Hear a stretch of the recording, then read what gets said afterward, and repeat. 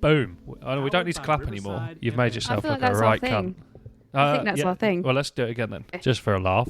3, 2, 1. I think that was the best one yet. That was not even slightly synced up for me.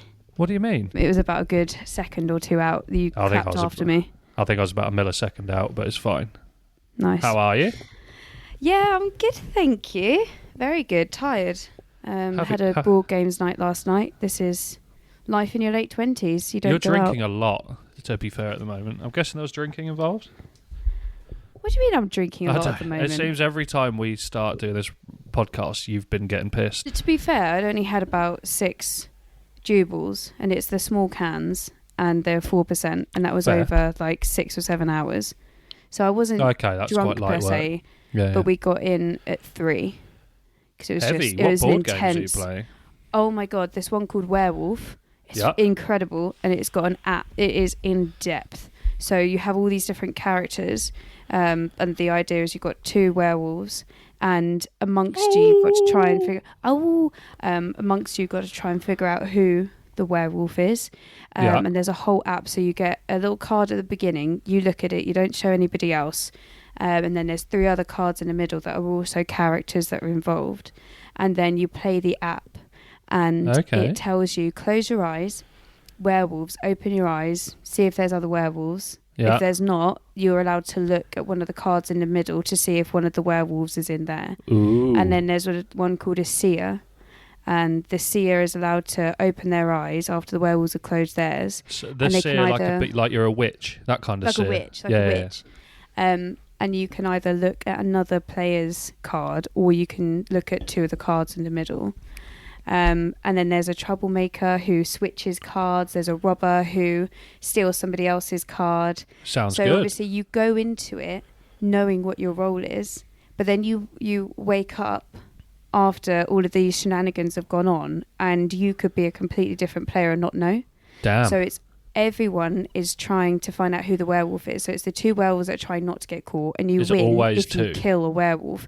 There's always 2, but it doesn't necessarily mean both of them are players, and sometimes both of the cards can be in the middle, so effectively not being played by people. So you always have the added element of there are 3 cards in the middle, so you could kill someone and they're not even a werewolf. So wow. If by the end of it... Friendly fire. There was a lot of that going on, to be fair. But my favourite is this character called the Tanner, and the Tanner just wants to die. So they will do anything to try and get themselves killed. They're on nobody's side. They're not on the villager's side. They win. They win if they die. Obviously, then the werewolves win as well because they've not been killed. But they are just there for chaos and there to just sow seeds. So I became a werewolf, and now I pretended I was a Tanner.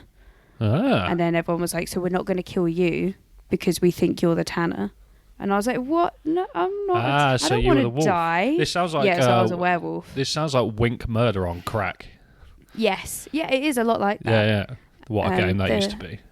Honestly, there's some cracking games, all things like that. So the first one we played, which, considering it was, 7 o'clock, we got there, 4 people weren't even drinking. And we know these people quite well, but a couple of them don't know them that well. And the first game was Secret Hitler. And there are 3 of you that are fascists, one of whom is Hitler. Yeah. And you're trying to get fascist policies voted in to try and get a fascist government. That sounds like a good game to play while we're in Poland next week. Honestly, yeah. I think I should probably order it, or order the werewolf game. Yeah, I thought you said it was on a phone. Yeah, but you have these cards. Oh, okay. Can we write on them? So you need those cards. You don't write on them, but you need to know what you are. Yeah, but we can make our own cards, couldn't we? I suppose we could. And there's all these different packs you can buy for it, so you can have a completely different game within the same game. It's very cool. This is not a paid for promotion, but if some board game companies want to sponsor us, I'll happily play some board games. I'm staring down my 30th birthday, and this is my life now. On Saturdays, I drink Jubiles at 4%, and I play board games until 3 a.m. Well, there's me on a Sunday evening drinking a White Claw. Another sponsor. Kick them in. Yeah, I'd love to be sponsored by White Claw. Yeah, it's quite dangerous. What's your favourite flavour? I think the watermelon one. The watermelon one? Is that right? Yeah, no, it is watermelon. I just can't even. Got pineapple. Pineapple's okay. I just find it a bit acidic.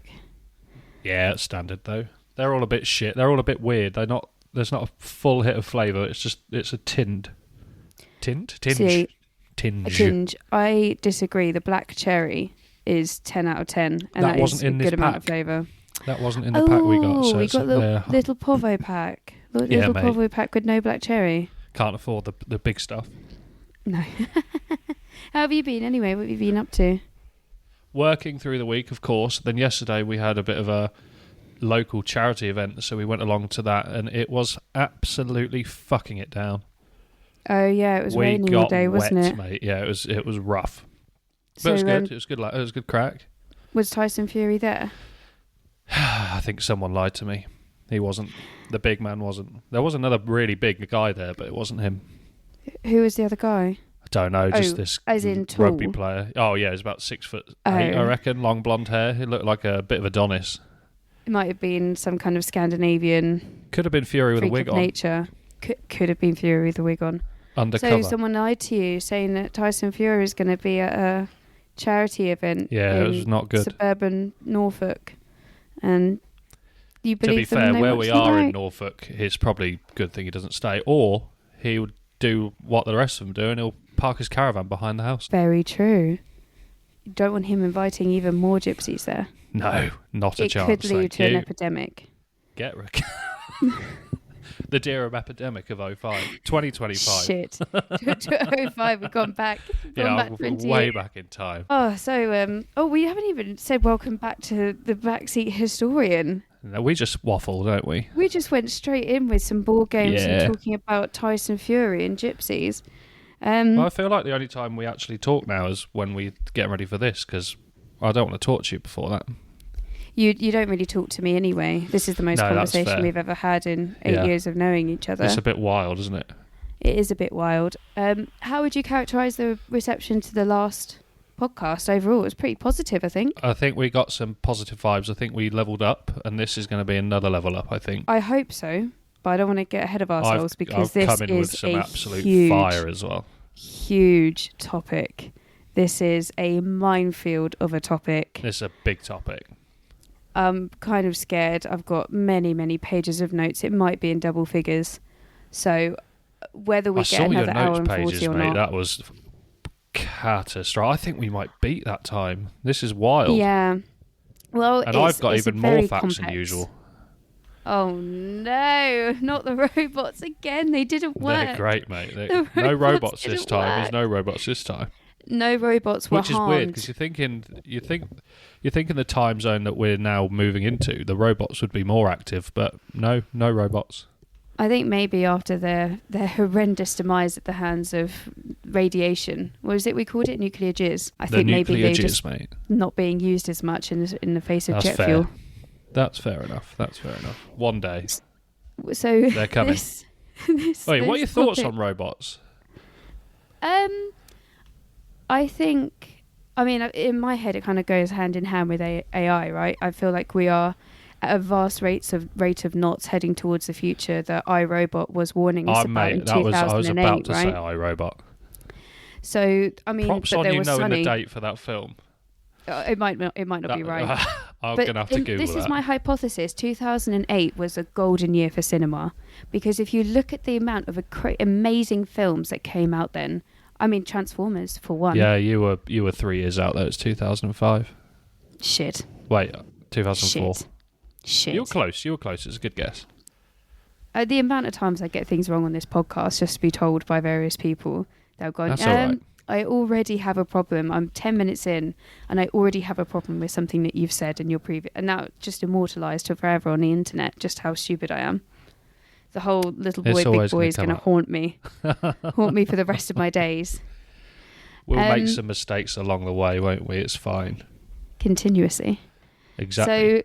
So today's mammoth topic, strap in everybody, it's is a big 9/11. One. Can we just fact check you straight away on 9/11 though? Yeah. It's 11/9. They're fucking idiots, mate. It winds me up. Who's decided to change the days? Aluminum, 11/9. Route. Oh, Yeah, Data. that makes me feel sick. No, is Data. that Australian? Data. Data and data. You fucking get the data in, you cunt. You fucking drongo. Yeah, there are many differences with our... I sniffed. It's okay, just don't draw attention to it. I'm sure nobody noticed. I can't help it, I did. just bring your face closer towards the mic. Make sure you enunciate into the mic and just don't sniff, which you just did again. You just did it again. I didn't even breathe then. Maybe. It might have been a sigh. Yeah. It might have been a sigh, and it was just the intake of breath before you just let out that absolute life sigh of just why am I here? I'm so conscious of it now. So, yeah, 9/11, 11/9. This is the name of this episode is going to be 11/9, by the way. 11/9. I think we could just leave it at that, really. We could put a little plane emoji after it so people know what we're talking about, but we don't have to do anything else.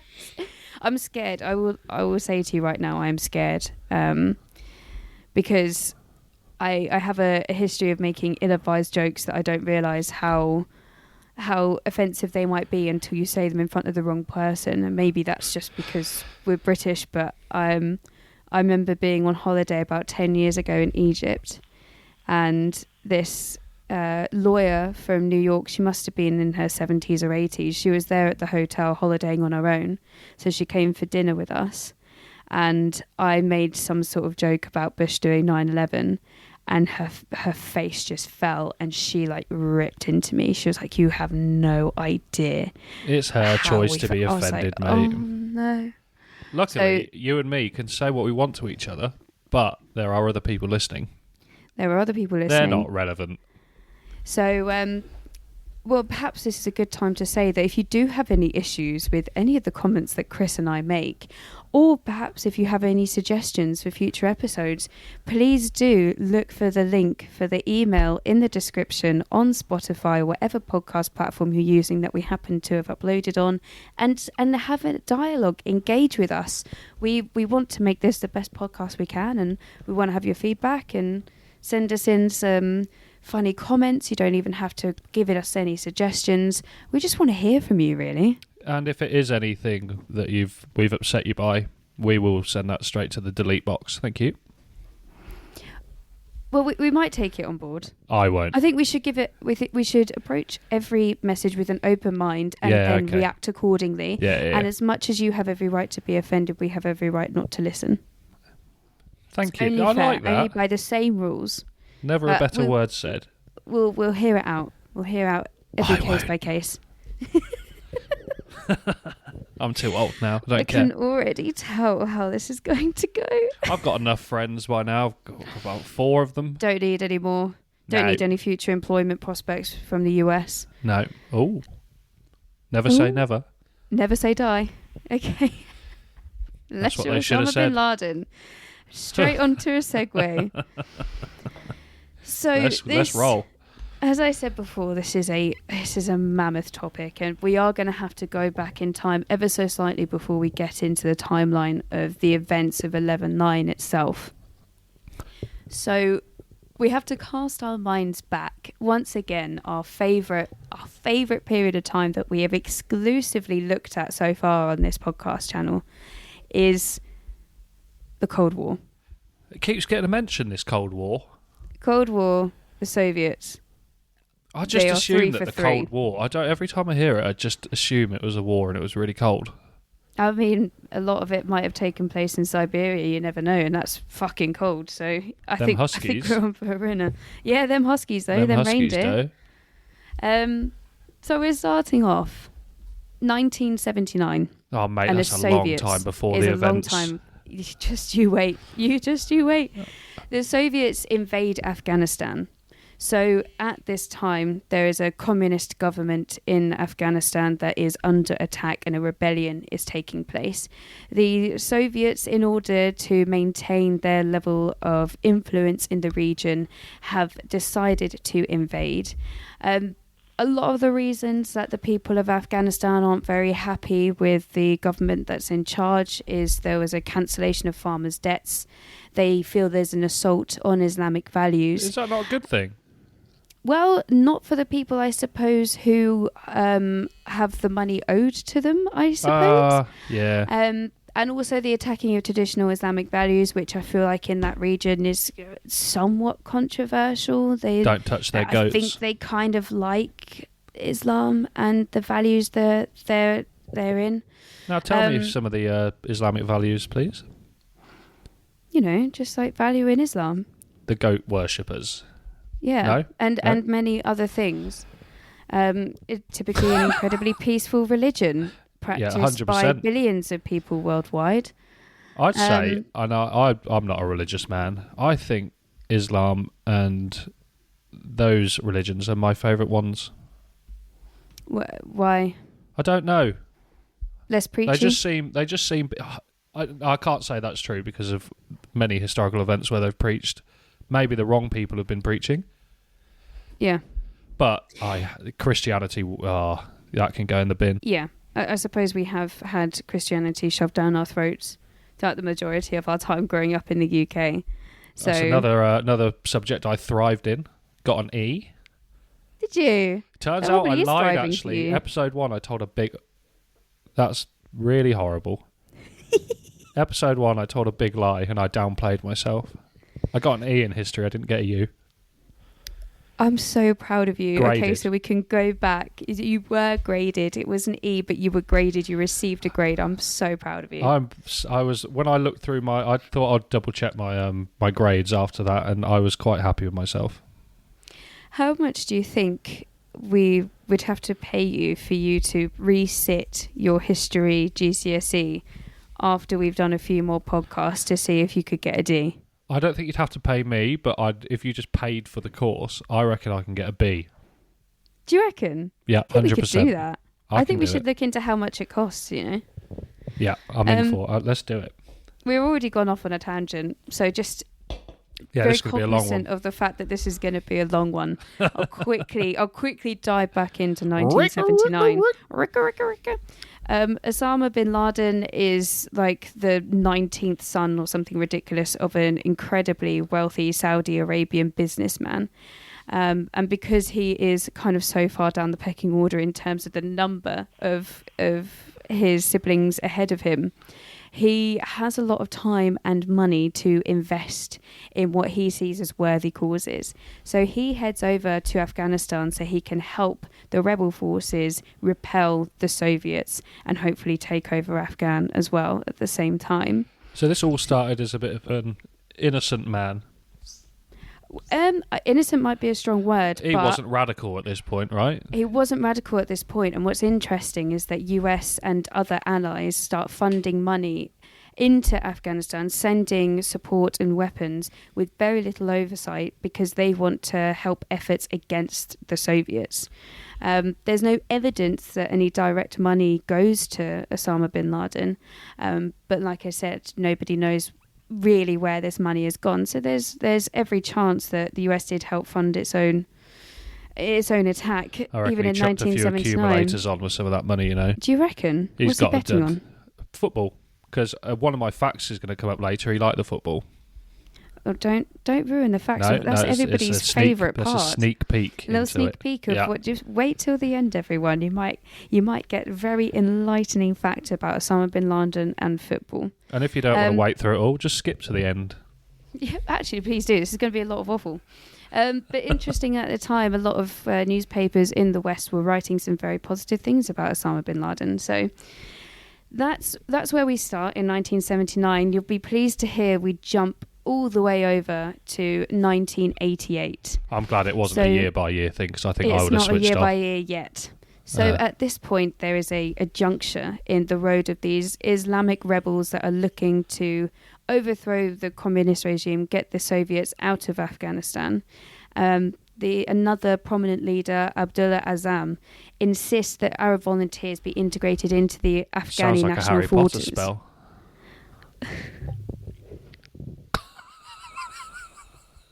Sorry, I'm feeling a bit naughty tonight. Continue. Abdullah Azam! People levitating everywhere. Soviet tank just flies by. what they're doing in Ukraine right now. Whoa. Oh my god. Whoa. Hey. That's for too another far. night. For another night. Whoa. Oh my god. I can't remember where I was. What we're looking at is the foundation of Al Qaeda. Oh.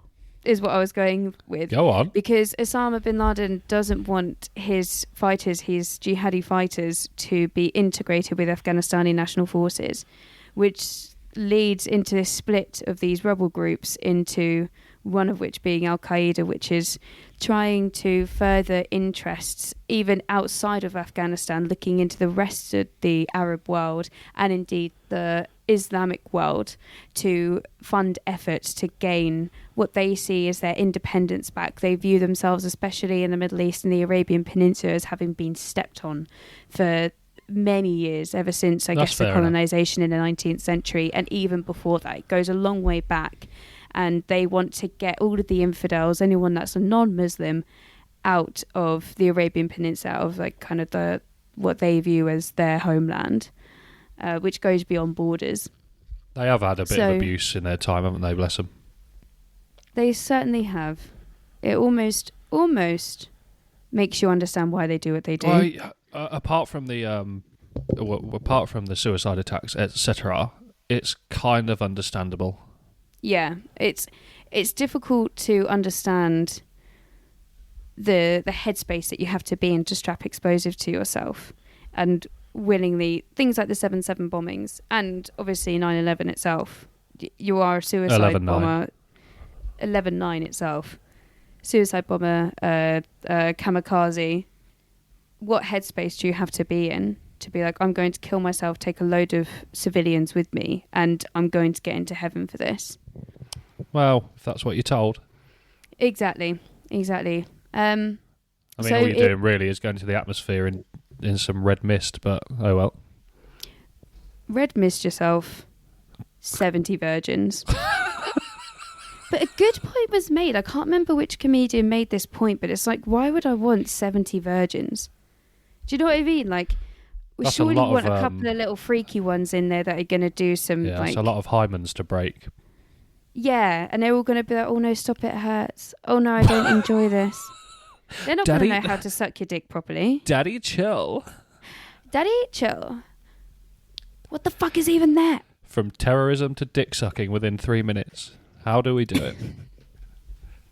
It's just things to think about for any would-be jihadists out there. The virgins aren't worth it. The virgins, I just don't know why you'd want it, but fine, you do you, hun. 1989, the Soviets withdraw from Afghanistan, and Osama bin Laden goes back to Saudi Arabia. He continues to work for his family's construction business, and he still hasn't let go of his kind of jihad, his quest to liberate the Muslims from the infidels. So he uses attempts to use his Al-Qaeda fighters to overthrow the YSP in Yemen, but the Saudi government puts a stop to this, and this is the first instance where Osama bin Laden and the Saudi government are going to really butt heads. The Afghan internal fighting is heating up, so even though the Soviets have withdrawn, there is not this unified Afghanistan with a coherent system of government. There's loads of factions fighting against each other, and poor leadership on Osama's behalf. When he goes back in, he takes 800 Arab fighters into the Battle of Jalalabad in Afghanistan, and his poor leadership leads to many dying. So mixed bag in terms of his efforts in Afghanistan to try and establish this bastion of Islamic government. 100% he's having a go. Whether it's doing well or not remains to be seen. 1990 comes along, and he somehow decides to team up with communist leaders that he's just tried to get out of Afghanistan because he wants to overthrow the prime minister if he can't beat them. He doesn't agree with. If you can't beat them, fucking join them. That's exactly what he does. So then he tries to bribe the military leaders into having a military coup in Afghanistan. What's he bribing them with? Fails. Money, because he has a fuck ton of money. I will tell you later, we go into a little bit more detail about the amount of money this guy has. And this is all because his parents have got a building business. His parents are wealthy. He later sets up some businesses as well.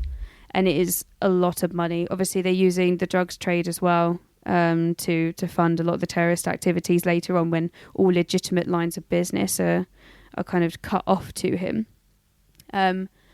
So he then goes to the Pakistani government to try and get them to somehow influence a vote of no confidence in Afghanistan to get the Prime Minister out, but they disagree. At the same time, Saddam Hussein from Iraq invades Kuwait, looking to bolster Iraq's economy after a very expensive and disastrous war with Iran.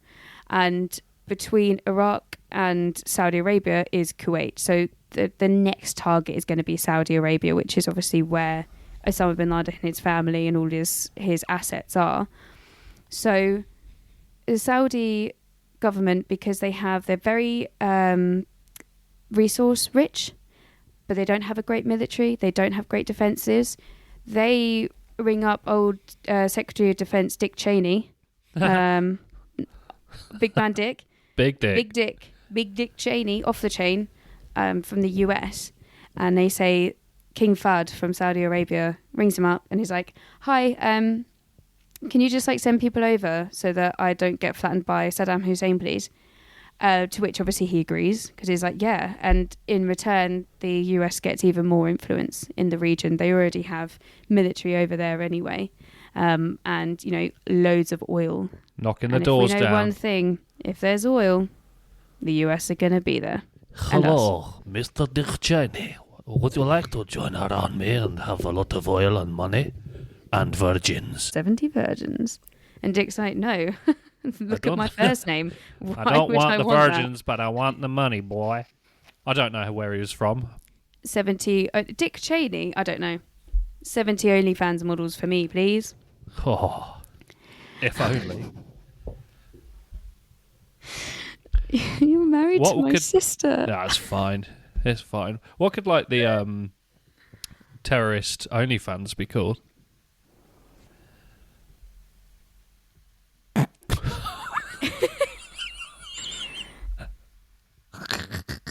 Leave it there, I reckon. I want to think of something. Only virgins. No, that's terrible. No. We'll put that in the back pocket for now. Yeah, might even cut that out. Cut that out. That's gone. 70 OnlyFans models, please. So, Bin Laden is absolutely incensed by this. His entire raison d'etre is to try and get the Islamic world to stand on its own 2 feet and not have the influence of the West over it. So he goes to King Fahd and he's like, fuck the US off. I've got all of these jihadis. I have Al-Qaeda. I have loads of influence. I will defend you. And then King Fahd asks a very astute question. He asks him, so how are you going to defend us and yourselves against Iraq's use of chemical and biological weapons? And Bin Laden comes back with a very well-reasoned, logical argument in which he says he will defend it using faith. That's fair. Allah will defend us. That's fair. Honestly, this could have all been over very quickly if King Fahd had just said, yes, please do that. And then the very first time a nuclear or a chemical or biological weapon is used, Osama bin Laden starts praying, goes east face Mecca, dead. 70 virgins. 70 virgins. Do they only get the virgins if they commit the act? Do they get them no matter what? It's a really good question, because I kind of view it like a Valhalla. Because to get into Valhalla, you have to die with a weapon in your hand. Yeah, good death. Does that count if the weapon in your hand is a detonator for a suicide vest? Or the yoke, the controls for a 747? That's a good question, because 747, well, they turned it into a weapon, to be fair. I mean, they did turn it into a weapon. I don't know if we're quite qualified to kind of be going into these ideological discussions like this, but I think if we just kind of equate it to Valhalla. Yeah, okay. And then kind of leave it there. So if they died in their sleep, no virgins? I kind of want to say no virgins.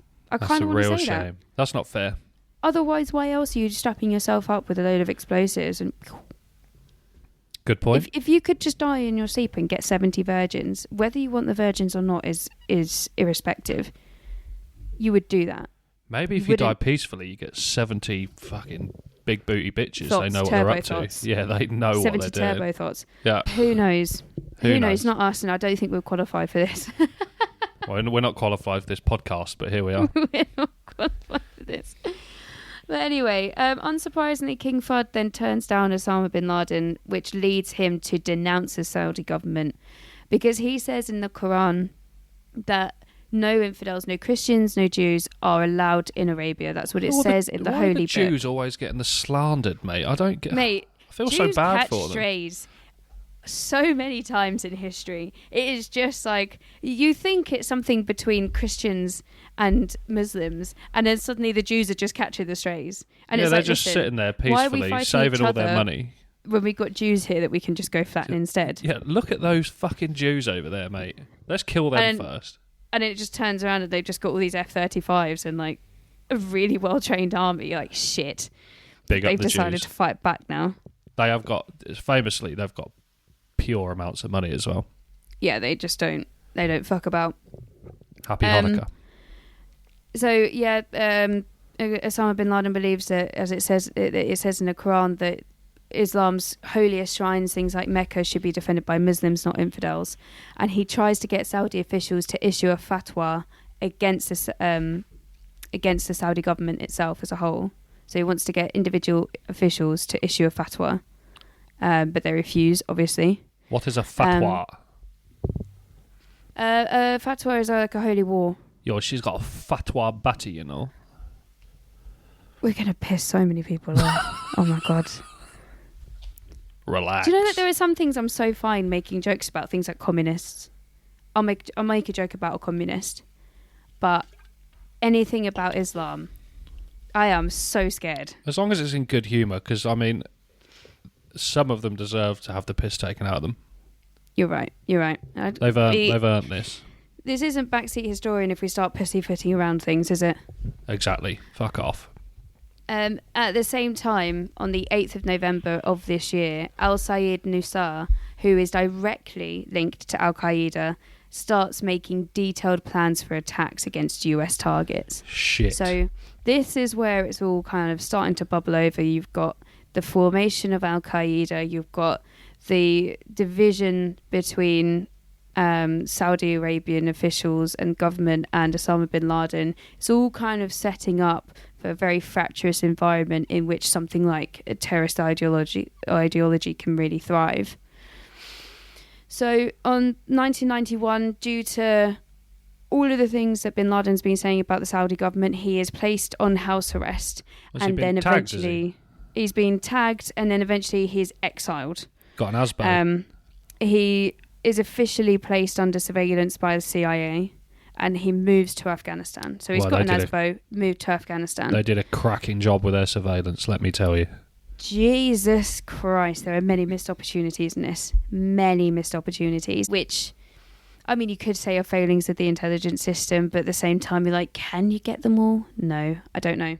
He was a slippery fucker as well, mate. A very slippery man. Very slippery man. He was lubed up to the max. So in 1992, he goes to Sudan and he sets up some legitimate businesses, including farming, tanners. We all know they want to kill themselves. What is a tanner? They take leather and they make it. They treat it. And back in the day, they used to use urine and feces to tan the leather to make it different colours. Why not? And make it harder, tougher. Resourceful. Yes, they'd kill you, and you like all your teeth rotted out and stuff in the ammonia. But yeah, pretty fucking sick. Just getting people's piss, just paying people for their piss. Like, oh, can you piss in this bucket, please? What? Cat's piss is vile, mate. That's ammonia to the max. How mental is it that when you're pregnant you can't change litter boxes because of cat piss? I feel like that's just women making up an excuse to not do something. I kind of felt that. I was like, surely not. Like, surely, when did this rule first come into place? And how can it be? And things like cured meats. And, stupid. And soft cheese. Raw fish. It's just, Raw fish. Crazy. Babies are weasels. So going back to Sudan, the Sudanese government allows for Muslims without visas to move in. So Osama bin Laden pays for 480 veteran jihadi fighters from Al-Qaeda to come to Sudan from Afghanistan.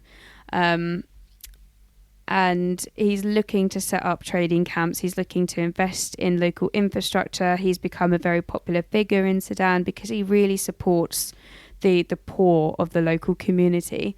At this time, he even works as an official agent for a British company called Hunter Surveys. So he is a legitimate businessman whilst also kind of looking at funding terrorism. Have you looked into Hunter Surveys? I haven't looked into Hunter Surveys. Do you want to look at it now? I wonder what they did. Do you reckon they were Hunter hunting things? Surveys in Sudan. I don't think it would have been anything interesting. Called Hunter Surveys, I think it might be. You never know. Yeah, my Google has come back with absolutely nothing. Yeah, nice. We'll never know. We'll never know. Hope it did well.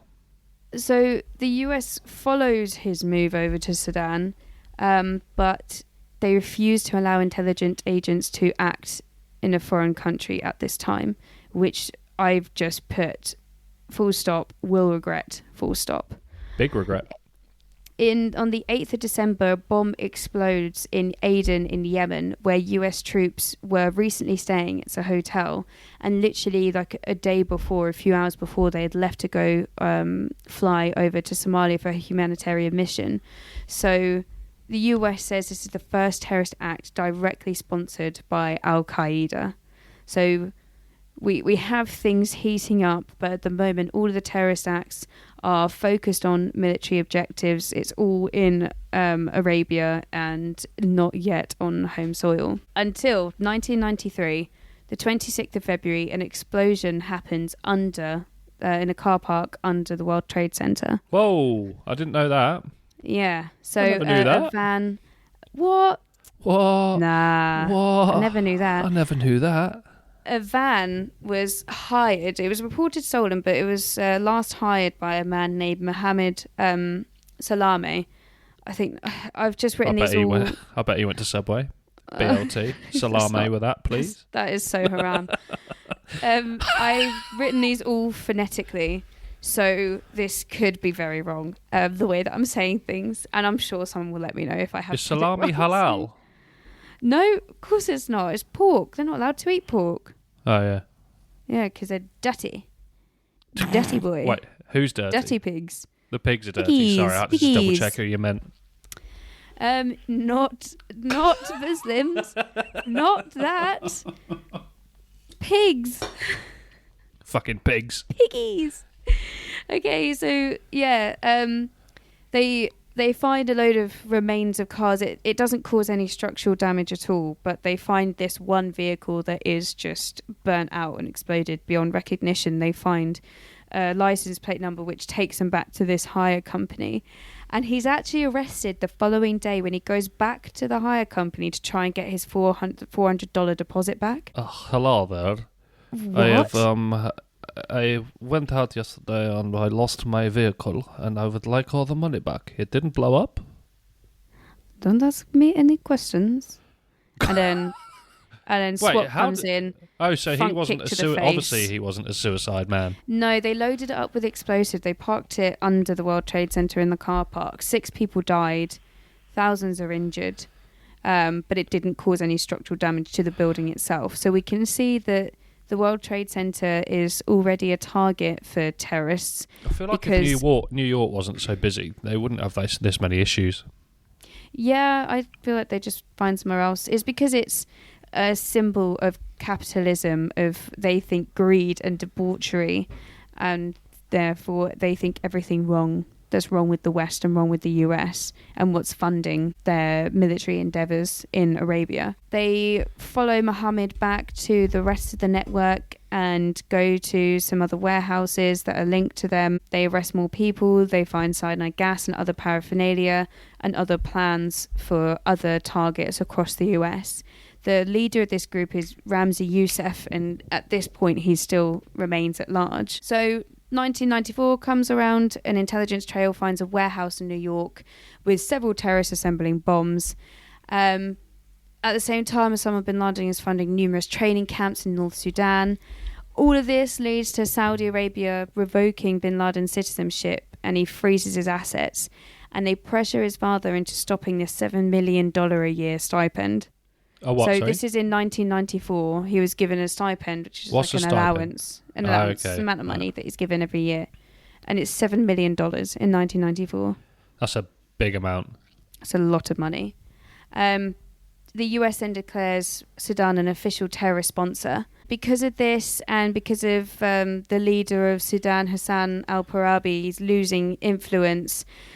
Sudan kind of wants to start creating closer ties with the US. This ultimately won't be granted in 2000, but support for bin Laden is starting to waver at this point in Sudan. Why? Because he's kind of getting linked Bless to him. these terrorist actions abroad. Innocent US until is proven looking guilty. into it more. If you're not friends with the US, you're against them, so they're kind of losing their social standing, and it's very difficult to then enter worlds of trade, and the economy could get hurt. I'm guessing. Maybe people don't like the fact that there's terrorist training camps and stuff in Sudan. Maybe. I don't know.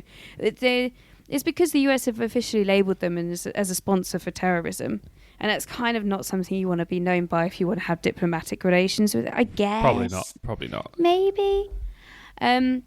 So in 1995, Ramzi Youssef, the guy that headed up the group that bombed the World Trade Center for the first time, he's captured in Pakistan. And after a failed plot to assassinate the Egyptian president by Al-Qaeda backed groups. Why Egypt now? Because they're infidels as well, I guess. Okay, now. Yeah.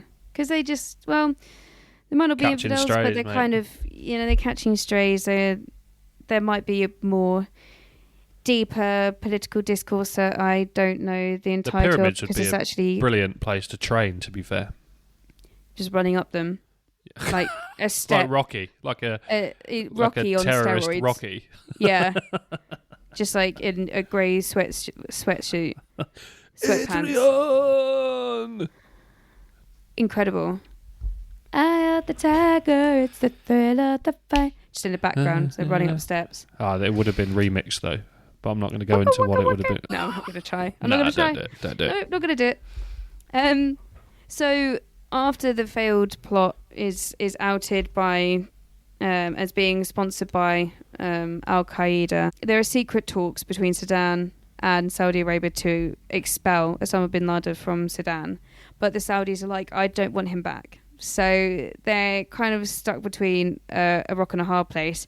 We also get another kind of missed opportunity from the US to maybe take Osama bin Laden out before, obviously, he carries out 11/9.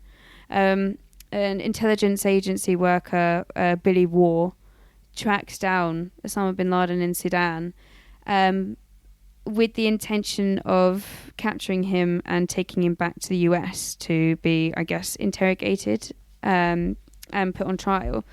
But he's not granted authorization because they say there's no legal basis for prosecution. They don't have enough evidence on him. They know that things are linked to Al-Qaeda. They can't necessarily link Osama bin Laden directly to Al-Qaeda with enough strength of evidence to get that into court. He's already avoided one assassination attempt, which he believes is either funded by the Egyptians or Saudis or financed by the US. So he's gaining enemies at a vast rate of knots. At this time, Osama then writes to the King of Saudi Arabia, King Fahd, to implore him to get rid of US troops. But obviously he was like, no, why would I get rid of them?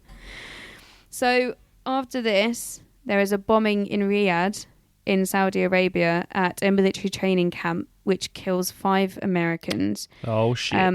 Osama bin Laden denies the attack, but denies involvement, but he says he supports it. However, the perpetrators are captured by Saudi officials and under coercion say that they're inspired by Osama bin Laden. They're then executed by beheading in Riyadh's main square. Fair. Nice. Off with their heads. Off. Gone. Off with their See ya. heads. See ya. And So football 1996. was invented. That's how it Oh my came about, God. wasn't it? They used to kick heads around. What? That's how football was first discovered. When? Back in 1704, I think. You're telling me in 1704 the only option they had for kicking something around was a head. They hadn't hadn't made a invented the ball. wheel then, had they? So they just used the ball. They used a head. I don't think you're getting a B on your history exam, mate. Well, when you make history up, you never know what you're going to get. So in 1996, Osama bin Laden is officially expelled from Sudan under the condition that wherever he goes, the country accepts him. So where does he go? Obviously, Afghanistan. He has to liquidate his assets and his companies. And this is when I was talking about how rich this man is. He loses anywhere between $20 and $300 million as a result of having to liquidate his assets. He has a lot of money. He goes to Jalalabad with 300 other Mujahideen, and he starts to form close ties with the Taliban leader, Mullah Muhammad Omar, which is instrumental for growing Al-Qaeda and the Al-Qaeda presence in Afghanistan. At this time, the US signs a policy to start going after Al-Qaeda, obviously after the numerous bombings both at home and in Yemen and Saudi Arabia. At this point, though, there's still not enough solid evidence to link Osama bin Laden to Al-Qaeda and to prosecute him. But the CIA are told to use any means necessary to destroy the network. So at the moment, it's in the hands of the intelligence agencies, not the military, to destroy Al-Qaeda. Didn't do a very good job. They didn't do a good job.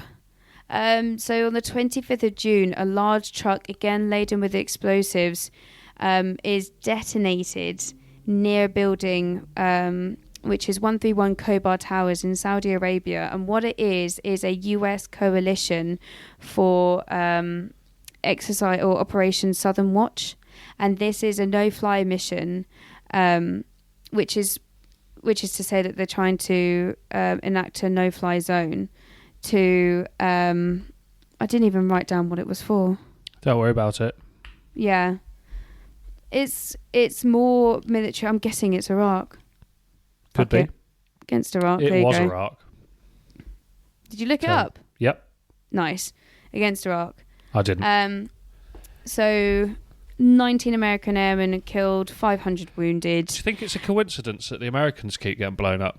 Yeah, it's crazy, isn't it? It's almost like Wrong they're place, just wrong not time. wanted in Arabia. Yeah, I guess. So the Al-Qaeda is blamed, but it actually turned out to be a Saudi Shiite group that had funding from Iran. Shiite. So, however, it is alleged that Osama bin Laden helped plot the attack. So I think at they're this just time, throwing his name in at any opportunity they can now. It's not anytime fair. there's a bombing, that Osama bin Laden. Yeah. And I think you'll see that throughout. There's a lot of very shaky, tenuous links that are drawn. However, even if a couple of them are true, you can kind of see why they're doing it, because they're just throwing shit at the wall, seeing what sticks, so they can actually get something, which means that they can try him legally in the US, or at least in his absence, and then kill him, which is what they did. So the US then assembles a grand jury to begin a formal criminal investigation about Osama bin Laden. So this is in 1996. Then Osama bin Laden uses a London-based newspaper to declare jihad, because they want to drive US and partner forces out of Arabia. They want the Saudi Arabian monarchy gone, and they want to help Islamic fundamentalist efforts from Arabia all the way across to the Philippines. At the moment, though, they're still focusing on US military and political targets, not civilians. That's good of them. Yeah.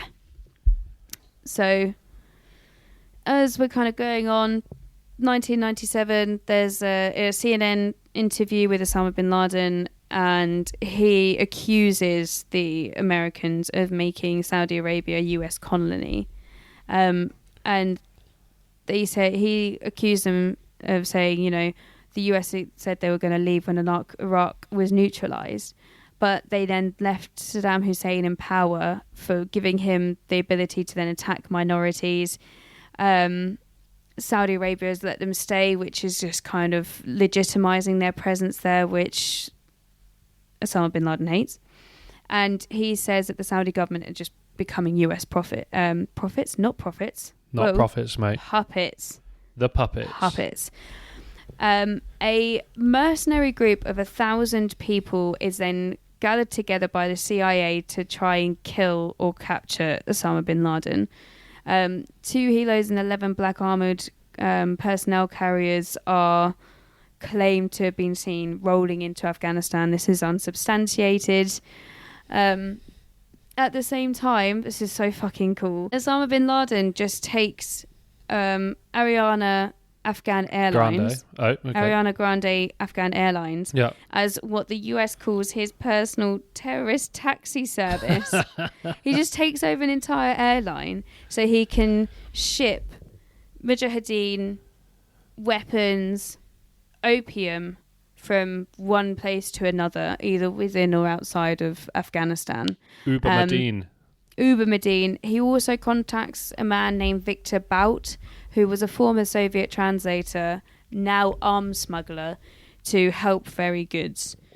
So how do you smuggle arms? Do you have to cut them off first? I hated that. I hated that. Okay, 1998 is a big year. We're moving on. We're nearly there. We are diving in. How Stay awake, far are guys. we in? How far are we in? We're deep. I think we are... Oh my God, is it an hour already? We're 50 minutes in. Jesus Christ, we've not even got to... We're nearly there. We're creeping up on it. It's something to look forward to. You might have to cut out this little bit of silence whilst I just look to see if we can cut some stuff out from here. I can do that. It's probably all relevant though, isn't it? Is it too much so far? No, you're good, mate. Every story needs a good backing. Yeah. Okay, I'm just going to go straight to 1999. Just roll with it. So in 1999, US Attorney's Office officially indict Osama bin Laden, naming Al-Qaeda as a tool of Osama bin Laden's terror network, and charges him with conspiracy to murder US citizens both abroad and back home. 60 Pakistani commandos are assembled to either capture or kill Osama bin Laden off the back of this indictment. Your notes have killed me off then. I'm not going to say it out loud, but your notes have destroyed me. I was writing quickly, okay? Yeah, it was quick. But this was all ruined when there was a coup d'etat by the Pakistani military, which overthrows the government. A what? A coup d'etat. That sounds like a starter at a nice posh dinner. Do you fancy a coup d'etat? A coup d'etat. It's like a it's coup. It's not a little Bellini with some salmon on top. I mean, it's maybe something to think about. Could be. It just means that the military have come in and taken the government out. Fair. And they've established martial law and established themselves as the leaders of the country in Pakistan. So just as they were getting ready to get Osama bin Laden and bring him over so he can answer for the crimes he's committed thus far, they weren't able to get him. However, all of this scrutiny, all of this pressure means that Osama bin Laden can't move easily both inside and outside of Afghanistan. He's on lockdown. So in 2000, a further group of foreign fighters are financed by the USA. They launched an RPG, a vehicle convoy that bin Laden is inside. Grenade. Well done. Thank you. But they miss. US intelligence is pretty sure at this point in 2000 it's like 4 lions, so they shoot it the wrong way. It literally is. It literally is. And that's the second time in 3 podcasts that we've mentioned 4 lions. It's always going to come up. What a film. So Watch good. it if you haven't, please. What a film. But the US intelligence services are sure that he's planning a major attack against the US, but it's really difficult to find out what. Little do they know that already Al-Qaeda has operatives inside the US, and they are planning an attack to exploit the vulnerabilities in the US airline network. They're moving mad. Drum roll, please. 11/9/2001. Here we go. 5:45 a.m. This is where That's we're some starting. dedication, the time they're waking up. Oh my God, they had to be at the airport. Probably not as early as we have to get there now, because thanks to them, we've got all of the security we need to go through. Fuck Wankers. me. They got to profit from everything before they then crash themselves into a The thing is, countryside. they made it bad for themselves because they've got to queue up now as well. They're dead. No. I mean now, modern day. Modern day gone, terrorists. they've got their Terrorists virgins. have got to queue up. So 2 hijackers, Mohammed Atta and Abdul Aziz Al Amari, passed through security checkpoints at an international airport in Maine, boarding a flight to Boston Logan International Airport on American Airlines Flight 11. 3 other conspirators will be joining them in Boston, boarding their flight, and then they'll be heading on to California. 3 out of 5 of them are flagged by the FAA for further security checks.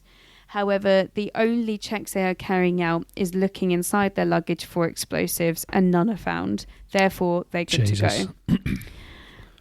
7:30 a.m., 5 hijackers board American Airlines Flight 77.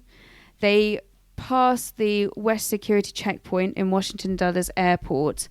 The 3 of them, Nava al-Hashmid, Khalid al-Mudar, and Majid Moked, set off metal detectors. Your name pronunciation's really good. I feel like I would have fucked all of these up. I think I have massively fucked them up because, again, I've just written it phonetically. There might be a bit of a and a sh in there. Sorry. So Mujid Mukhed, Majid Moked, Khalid al-Mudar, and Nova al-Hashmid. Hashmid. That was a hate crime. No, that was my best impression of a Chinese accent. Oh God! So they set off metal detectors, and they are again taken for extra screening, but they can't find any of the secret hidden knives they have. And also something to note is that at this time, blades shorter than 4 inches are permitted on board the aircraft. So the hijackers are all flagged for additional screening, but again, no explosive found.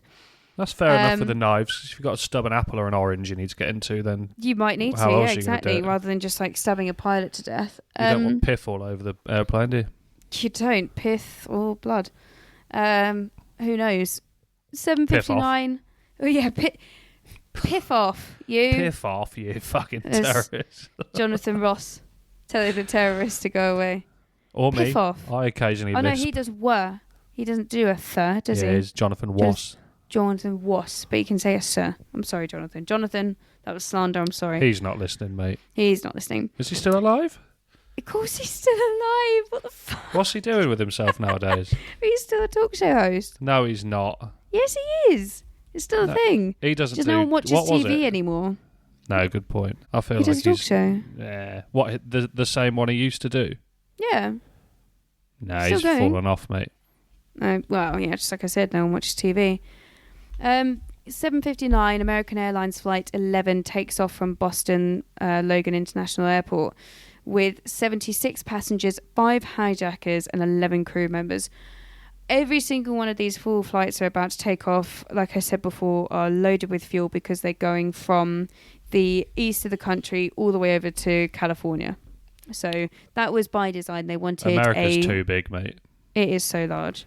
They wanted a flight that was going on a route, which meant they had loads of fuel. So they had loads of fuel to then get to wherever their targets were because they were all on the eastern seaboard, but also to create maximum damage because you've got loads of fuel left over.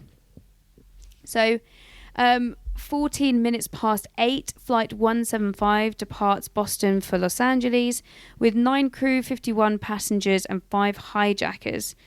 It's 14 minutes late, but overall, not too bad. I wonder if that's got something to do with it, mate. There is one that's a lot more delayed. I think it's United 93, and because it is, well, I'm not going to get into it just yet, but I'd it's be a good pissed thing off that it's if I was delayed. 14 minutes late. You don't know what I could do in that situation. You're right, but the whole idea is that they've chosen these flights because they all take off with soon enough time that they can carry out these attacks in this kind of synchronized effort so that there is as little warning that they're coming as possible. So on that's what I give your sister. No warning. Full blast. Airplane straight into her tower. I have landed. Oh, I hate that so much. So on Flight 11, the hijackers have hijacked the plane. They're using pepper spray and knives to subdue the passengers. This is all taking place that they're heading towards New York at this point. At 8:19, the very knives are weak, man. They should have all just charged them. What are you doing? What are they supposed to do? Look. You've got... 1 minute, let me go back to your notes. You've got 51 passengers, 5 hijackers. That's 5 knives, right? Yeah. 10 passengers per knife. You can... you might lose a couple. Yeah, so this is... But you can take them down. So perhaps the reason why is so that at 19 minutes past 8, there was the first casualty of the 11/9 attacks. Daniel M. Lewin, who served 4 years with the Israeli army. Jews catching more strays, I'm telling Bloody you. hell. He tries to stop the hijackers, but He there was went out one like a seated hero. directly behind him, and he stabbed him and killed him. And yes, he did. He's probably going to Valhalla. Or maybe he's getting 70 virgins. Who knows? No, there's no virgins in Valhalla. They're all well trained. At this time, flight attendant Betty Ann Ong, she gets through to American Airlines on the ground through an in-flight phone, and tells them they can't access the cockpit, thinks both pilots are dead. She's on the phone for 25 minutes. So this is the first time that anyone on the ground is aware of things going badly wrong. So 20 minutes past 8, flight 77 from Dulles International Airport to Los Angeles takes off with 6 crew, 53 passengers and 5 hijackers. At 8:21... They're consistent with the 5 hijackers. They are, aren't they? Worked They've this done out well. pretty well. I think there's only one with 4. I'm not sure. At 8:21, Flight 11 turns off its transponder. American Airlines then contacts its flight operations center in Texas and federal officials. So we're getting more word out. So already Betty Ann Ong was on. They know something's going on. So Betty Ann Ong, who gets through to American Airlines, she was on Flight 11. So them turning off the transponder, you've got the air hostess calling. Mate. She is a grass, but I mean, for the greater good. They're ringing through. So at 20 past 8, they've got an idea that something's going on. That there's an aircraft that has been hijacked. 24 minutes past 8 on Flight 11, Mohammed Attar, this is incredible, he accidentally presses the wrong button, and instead of broadcasting to just the passengers in the rear of the aircraft, he goes out on radio to other planes in the vicinity and the air traffic control, alerting people on the ground again that something's wrong. So pilot of Flight 175, which is soon to be hijacked, he's heard this message, so he's also gone to the ground, to the American Airlines ground, and has said something's wrong. So there's a lot of information flying about at the moment. Oh, and hijackers actually. They're all about. At 8:30 a.m. you've got the workers from the World Trade Center are arriving in their droves. In the complex itself, you've got a hotel, there are 4 office buildings, there's a shopping mall, a plaza, and obviously the 2 towers. At the day, there are multiple conferences set to happen. There's a dance performance that's going to be happening in the outer courtyard in the plaza, and a Peace Corps presentation at 6 p.m. So it is a busy day, business as usual for the people of the World Trade Centers. And then crazy, it is crazy. 11:32 a.m. on Flight 11, attendant Madeline Sweeney is attempting to contact the ground, and eventually she's unable to, and eventually makes contact with her friend who's a manager at Boston Airport, and she passes them key details, things like the description of the hijackers. So you've got many instances now, lots of information that is kind of getting through, that there are hijackers, there's 5 of them, this is what they look like. Could you imagine panic that sets in when you know this is going on and you have zero fucking clue what their plan is. At this point, yeah, because nowadays, if you think there's going to be a hijacking, then the first thing that goes into your mind is terrorism, as in 100%, we're all going to mate, die. Whereas planes do get hijacked for things like robberies, for ransom demands, various other things. So before, well, they've just moved on from the Wild West, really, because they just used to take the trains, didn't they? Yeah, exactly. From trains great to train planes. robbery. From trains to planes, the 11/9 story. So 8:40. Is that the title? Is that the title? It's gonna be, mate. It's gonna be. Is it? So 8:42 a.m. Flight 93, this is United 93, experiences a major delay and takes off much later than expected. And this means that they don't have the element of surprise anymore to conduct a coordinated attack. The flight is heading to San Francisco. There's 7 crew, 33 passengers, and 4 hijackers. One of them didn't wake up. One of them was like, "Do you know what, lads? I don't think this is for me." Heavy night. It was like, "Do you know what? 70 virgins is not going to get me in that plane today. Just give me one OnlyFans model. There you I'm go. good to go." At the same time, Flight 75 is hijacked over New Jersey, 75 miles northwest of New York City.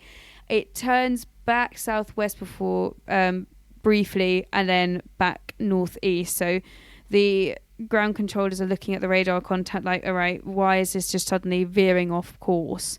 What's going on here? What's going on here? Breakfast. What is going on in here? So at this point, you've got 2 hijacked, all 4 in the air. All 4 in the air, 2 of them have been hijacked. What are the other lot up to? They're just biding their time at the moment. One's just taken off, and the other one, I guess they're just psyching themselves up. That's I guess fair. because obviously these guys have been trained to be pilots, but I reckon only in as much as how to keep the plane in the air once it's already in the air until you want to just fucking nosedive. And I imagine it's pretty easy to nosedive. They can't even have a beer to settle the nerves, can they? No, they can't. Because then no virgins. No virgins if you'd have one sniff of alcohol, no virgins for you.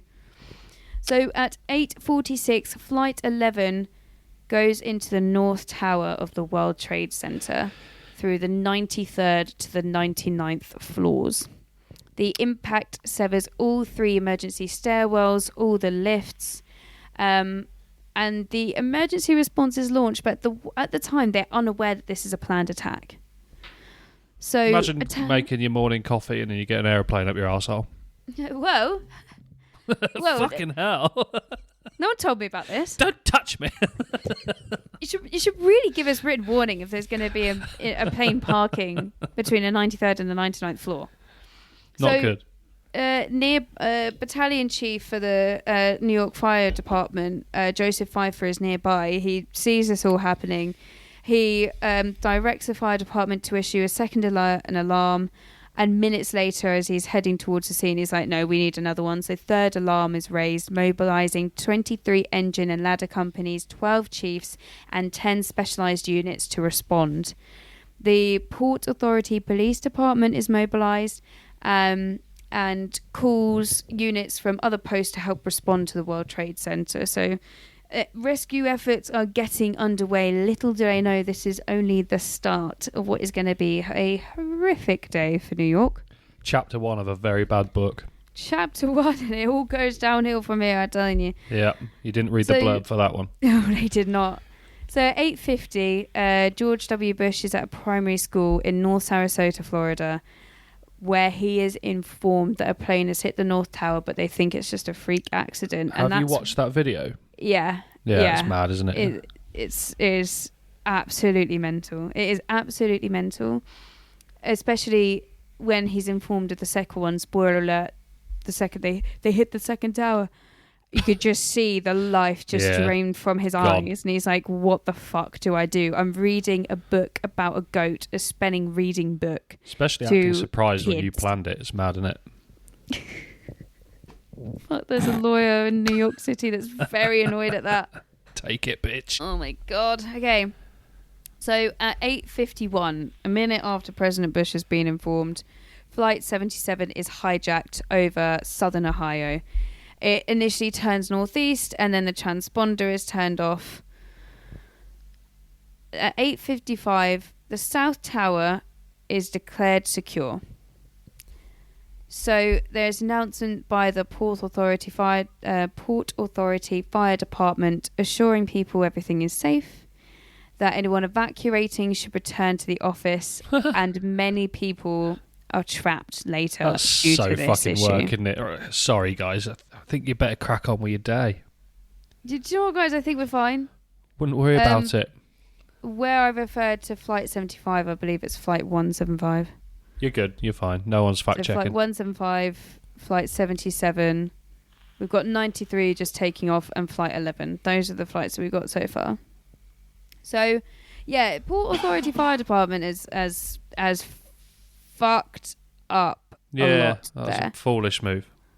At 8:59, the Port Authority Police Department orders both towers and then all civilians to be evacuated from the complex. So there's a lot of back and forth now. Yeah, well done. A lot of back and forth. Injured people are being brought down the stairs. Many are burned. They're not going to survive the injuries that they have. The fire department have cut open vending machines in the lobby. They're handing out water to people, and some firemen are climbing. No excuse stairs. to start stealing and vandalising property. I think there is an excuse to start stealing and vandalising property when jet fuel's, melting through steel. It's very hot. No. Wink, wink. So they're climbing as high as the 80th floor to try and get the survivors out. This is kind of a horrible moment. Survivors caught above the impact site have no way of getting down. They can't get down any of the stairwells. Lifts aren't working. And the flames are getting hot. So they have a horrific decision because they can't be rescued. So they can either burn to death or jump. Mate, the and a lot of people decide to videos of jump. those people jumping, it's wild. Yeah. Because, I mean, they know they're not going to survive, but it's just better to flying just without wings. They certainly did not fly. Do you reckon they were dead before they hit the ground? Yeah, heart attack probably, or at least they'd be unconscious. Yeah, you'd hope I'm so. I'm guessing. Light-hearted conversation as always on the Backseat Historian podcast. You got to make these crude events a bit more subtle, haven't you? It can't be all doom and gloom. It's happened. Yeah, it's happened.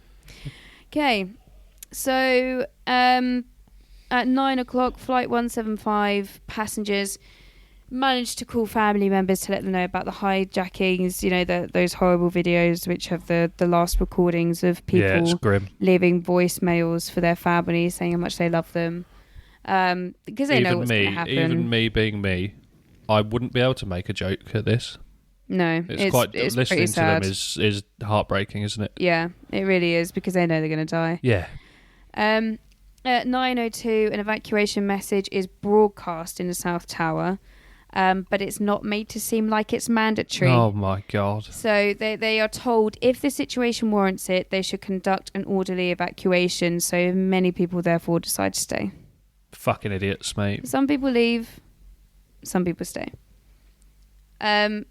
At 9:03, Flight 175 is flown into the South Tower between floors 77 and 85.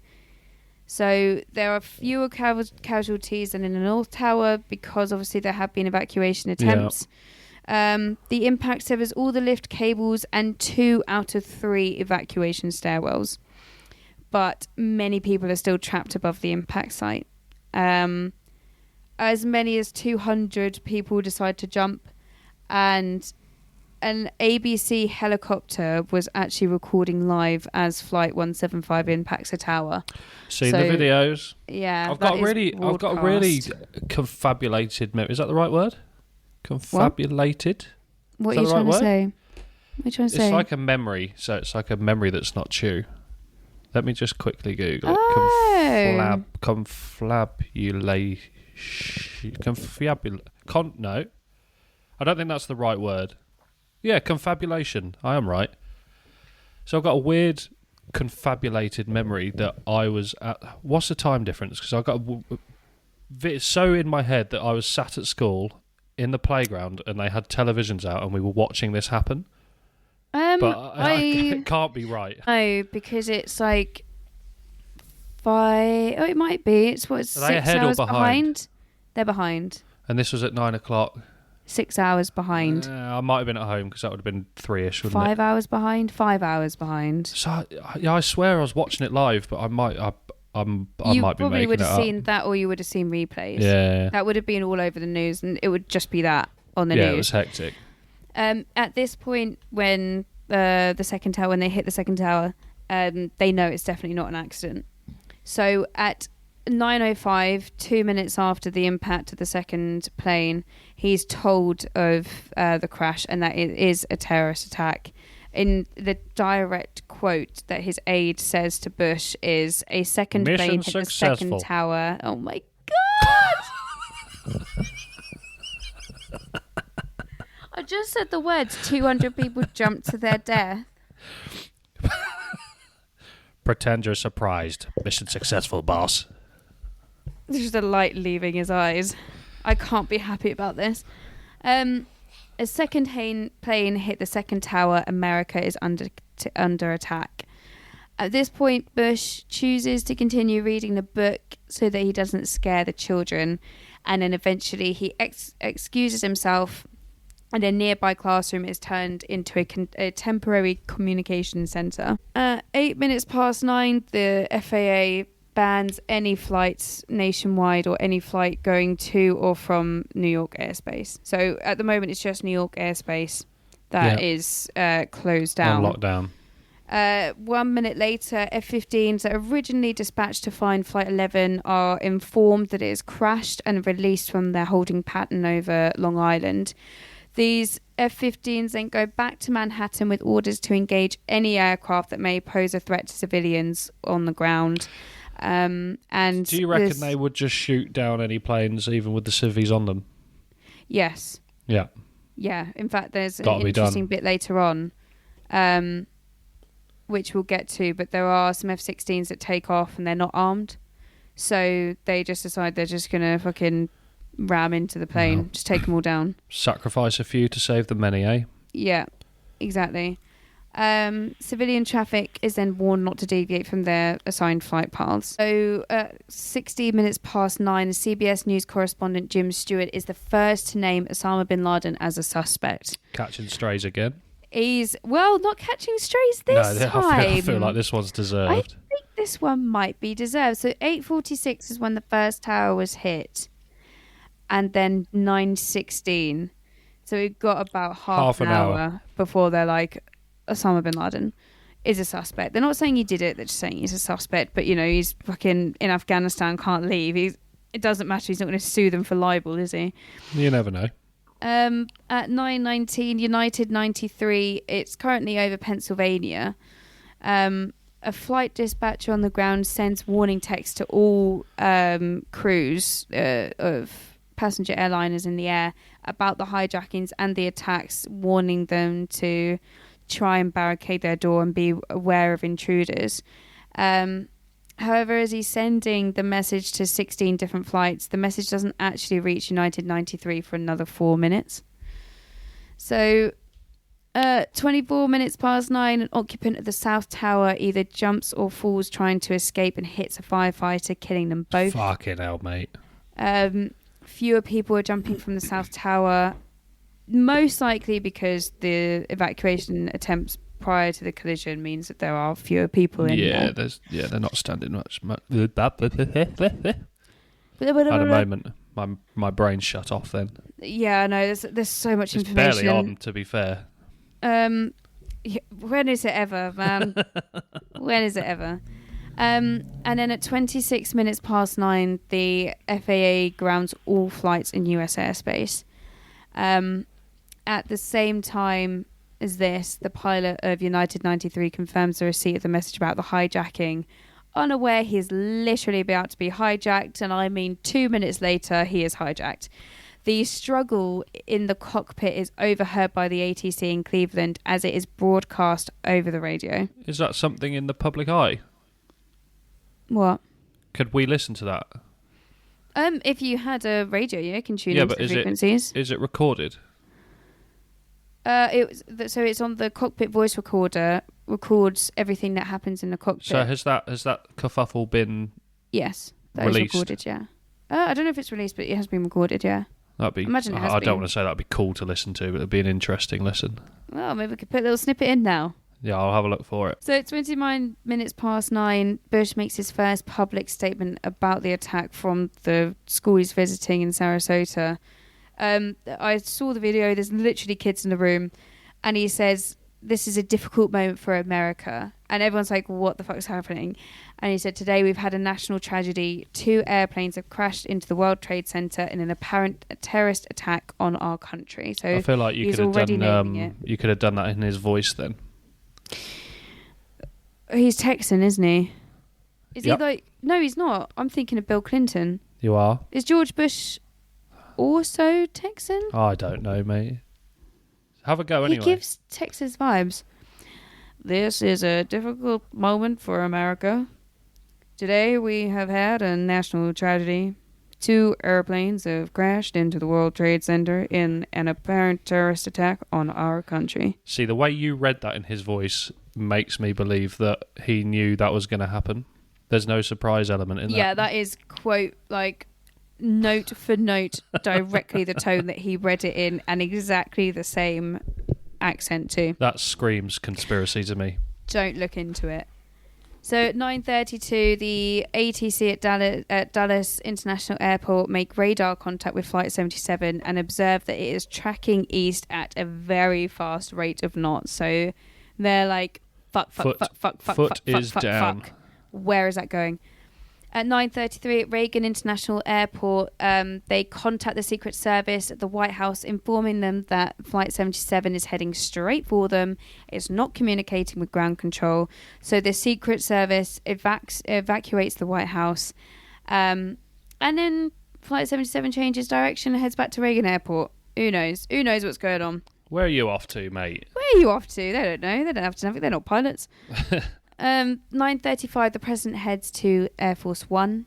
Flight 93, so this is United 93, is changing course and heads east. Flight 77 also changes course again, and the vice president is evacuated from the White House.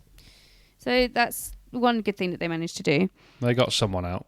9:36, Cleveland Airport Air Traffic Control contacts the FAA Command Center, saying that they're tracking United 93 and they're asking if interceptors have been launched. So National Guard pilots rushed to F-16s headed for United 93, but they didn't have time to arm the F-16s. So they've decided on the way that they just have to crash. They're going to have to crash their jets into the aircraft if they have to. They're going to have to kamikaze themselves. Kamikaze! Did you ever play Worms? What? Did you ever used to play Worms? No. You don't know what Worms is? No. So it's a game that evidently you are a worm. You're multiple worms and you're fighting other worms and you get different power-ups, like there's a sheep that blows up and one of them is kamikaze, so you kill yourself to take out another. Is this a video game or is this just something you pretend to be? Bruv, when am I pretending to be a worm? Every day. It's a video. Every day. I like to play hide the worm. No, it is a game. Okay. It's a very old game. No, it's fucking brilliant, to be fair. I'm like a bit disappointed you don't know what Snake. it is. I'm just younger than you. Nothing like and Snake, I mate. have friends. Nothing like Snake. Cheers.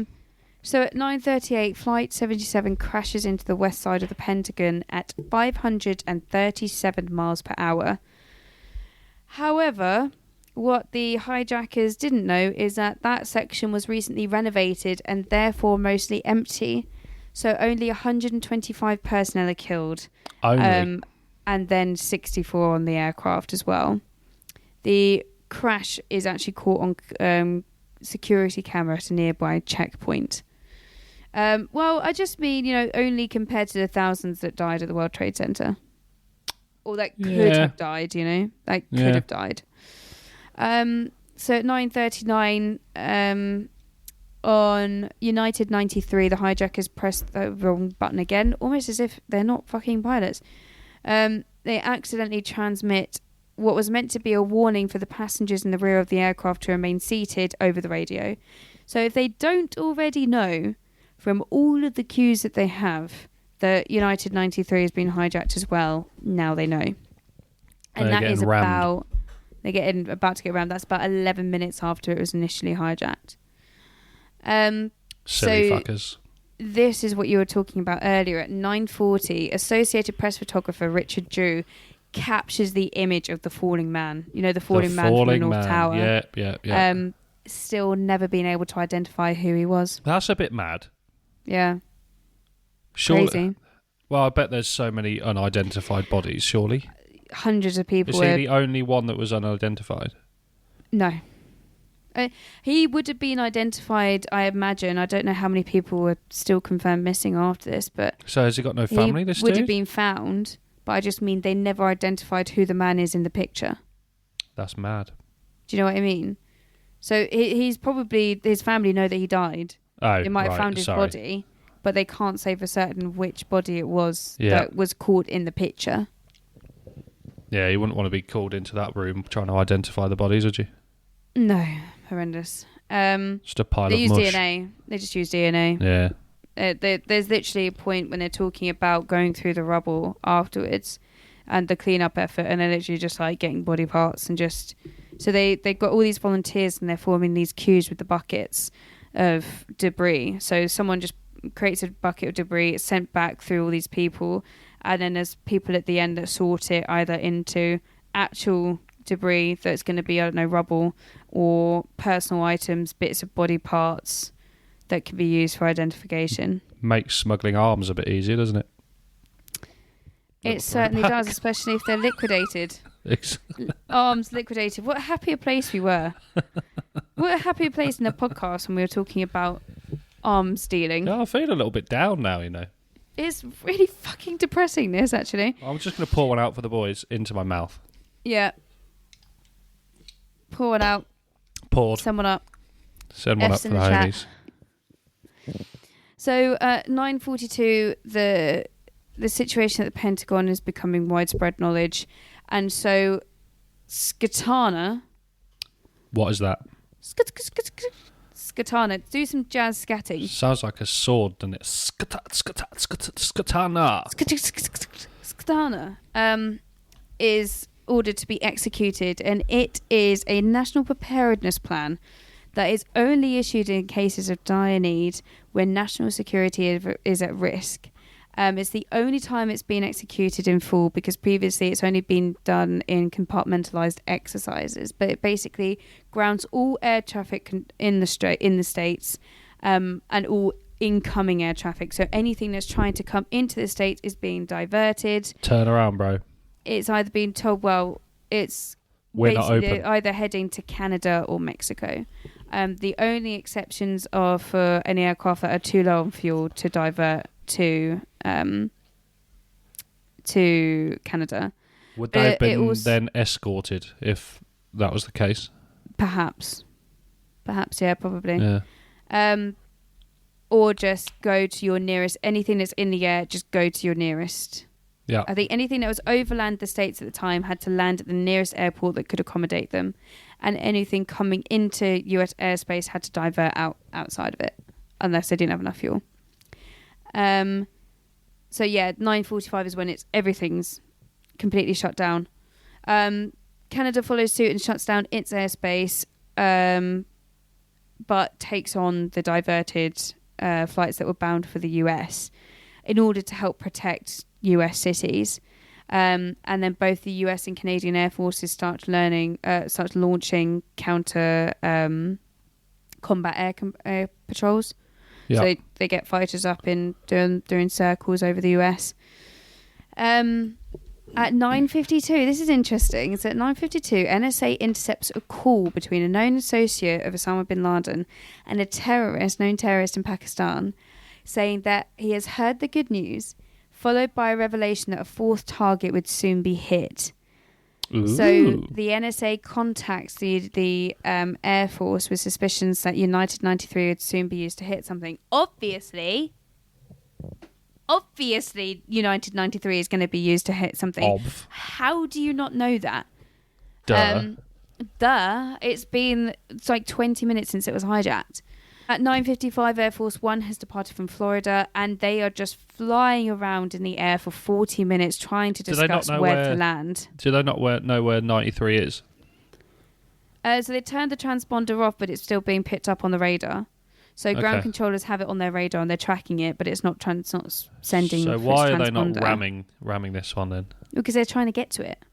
Oh, okay. They're going pedal to the metal. Maybe some quicker planes. F-16's going trying to get there too quickly. How quick do they move? I guess quick. I don't know. You like your planes. You should know that. I don't know. I don't know how quick planes go.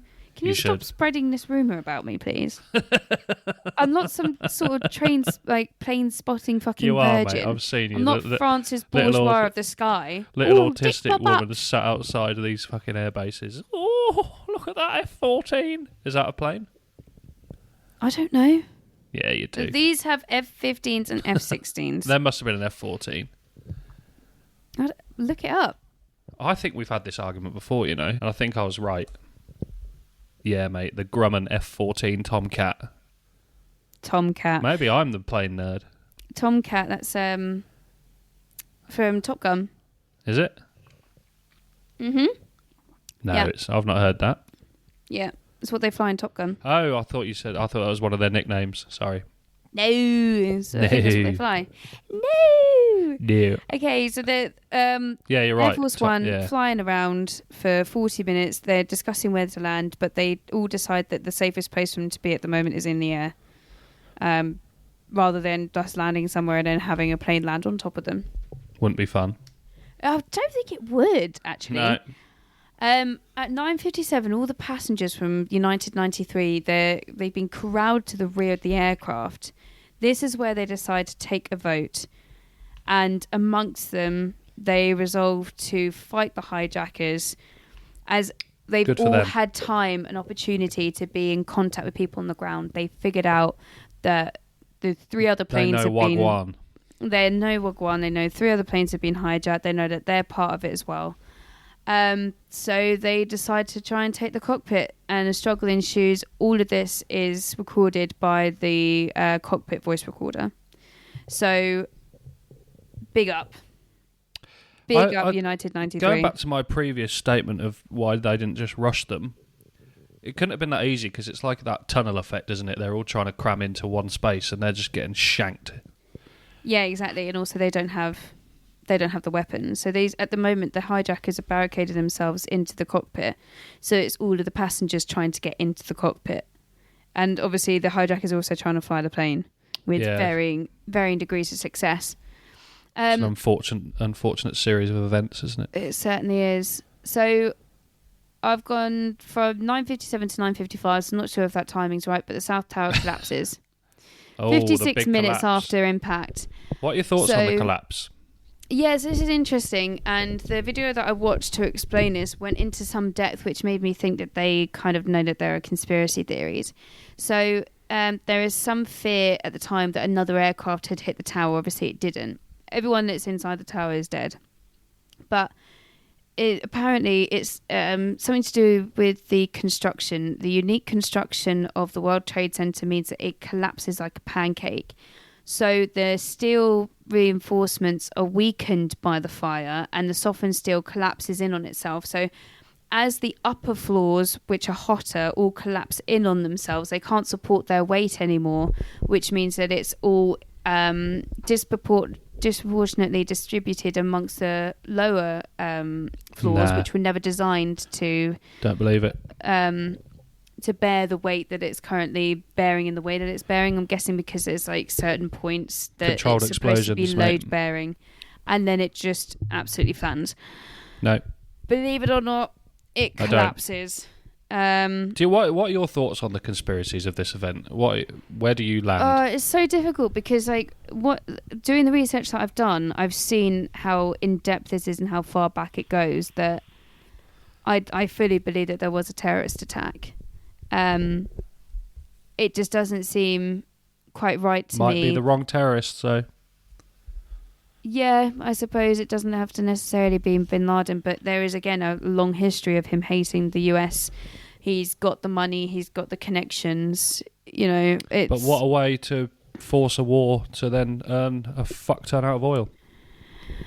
Yeah, I mean, there's no denying that there were multiple benefits to going to war, but ultimately, what did we get for Afghanistan? Nothing. It's back in the hands of the Taliban now. Back to square one again, eh? Yeah, so I don't think overall you can call the operations into Iraq and Afghanistan a success. I like to force the issue that it was Bush, but I don't actually think it was. Having done the research, because funnily enough, a couple of weeks ago, I don't know where I saw it, but I also saw exactly what you've gone through about just the sheer weight of it collapsing, and then every other flaw that goes with it, that's added weight, and it's... Yeah.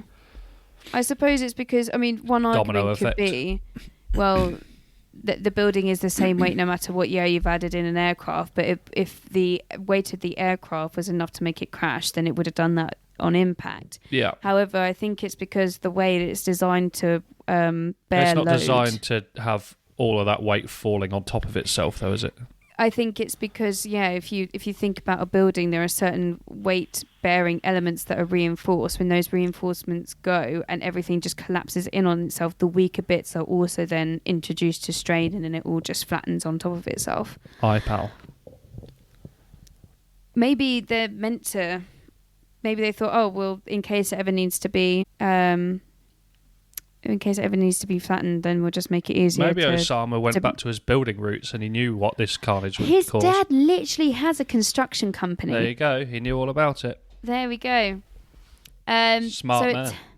At 10 o'clock, Joseph Pfeiffer, who we met at the very beginning, he orders the immediate evacuation of all emergency personnel, but not all people here. An awful lot of people had obviously seen what was happening. They live in New York. It's not very difficult, and you see great plumes of smoke. And you turn on your TV and then, you see the plane flying inside the building. A load of personnel had come on their days off. They didn't have their equipment, didn't have their radios. They didn't have any way of getting in contact with the HQs. They just rushed in to try and help people. Heroic. So a lot of them didn't hear the order to evacuate from the North Tower, which means a lot of people are about to die. All right. And then at 1:10, the FAA HQ report that Flight 93 is waving its wings drastically. What does that mean? This is because it means that it's flying along straight and then suddenly its wings are going up and down, which is indicative of it being not perhaps in control.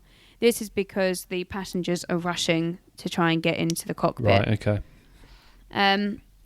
10:02, the Presidential Emergency Operations Center receives word that Flight 93 is on its way to the White House. The F-16s are on their way, obviously, we said before, without any weapons, ready to crash into the side of it. But at 10:03, United 93 crashes into the countryside outside of Washington, D.C. The passengers Big up the passengers. They'd neutralised 3 out of 4 hijackers, so therefore the pilot decides to crash before the passengers can take control. So they were 18 minutes away from the White House when this happened. So they were... Basically, these hijackers were under orders that if they couldn't carry out the planned attack against the planned target, then they were to either choose another target at random, or in order to complete their jihad, just crash it into the side, just crash it wherever, rather than landing it and their information getting into the wrong hands. So the Northeastern Air Defence Centre only learns of Flight 93 crashing 4 minutes after the fact, which again identified areas where communication networks need to be improved and were improved after 11/9. At 10:10, the threat condition is raised to a delta, which means that forces all across the world, US forces, are scrambled, basically held at pretty high readiness to engage threats everywhere. Mental operation, mate. It is mental.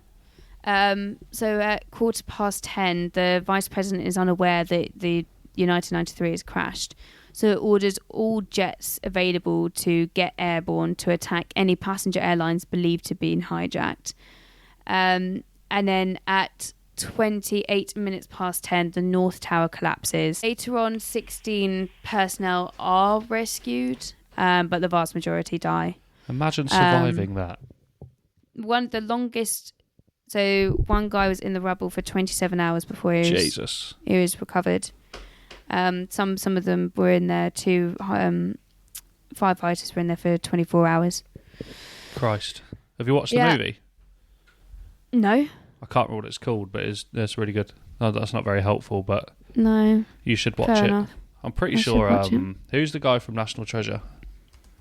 Nick Cage. Yeah, I'm pretty sure he's in it. Nice. Oh, I he love might Nick not Cage. Be. What a guy.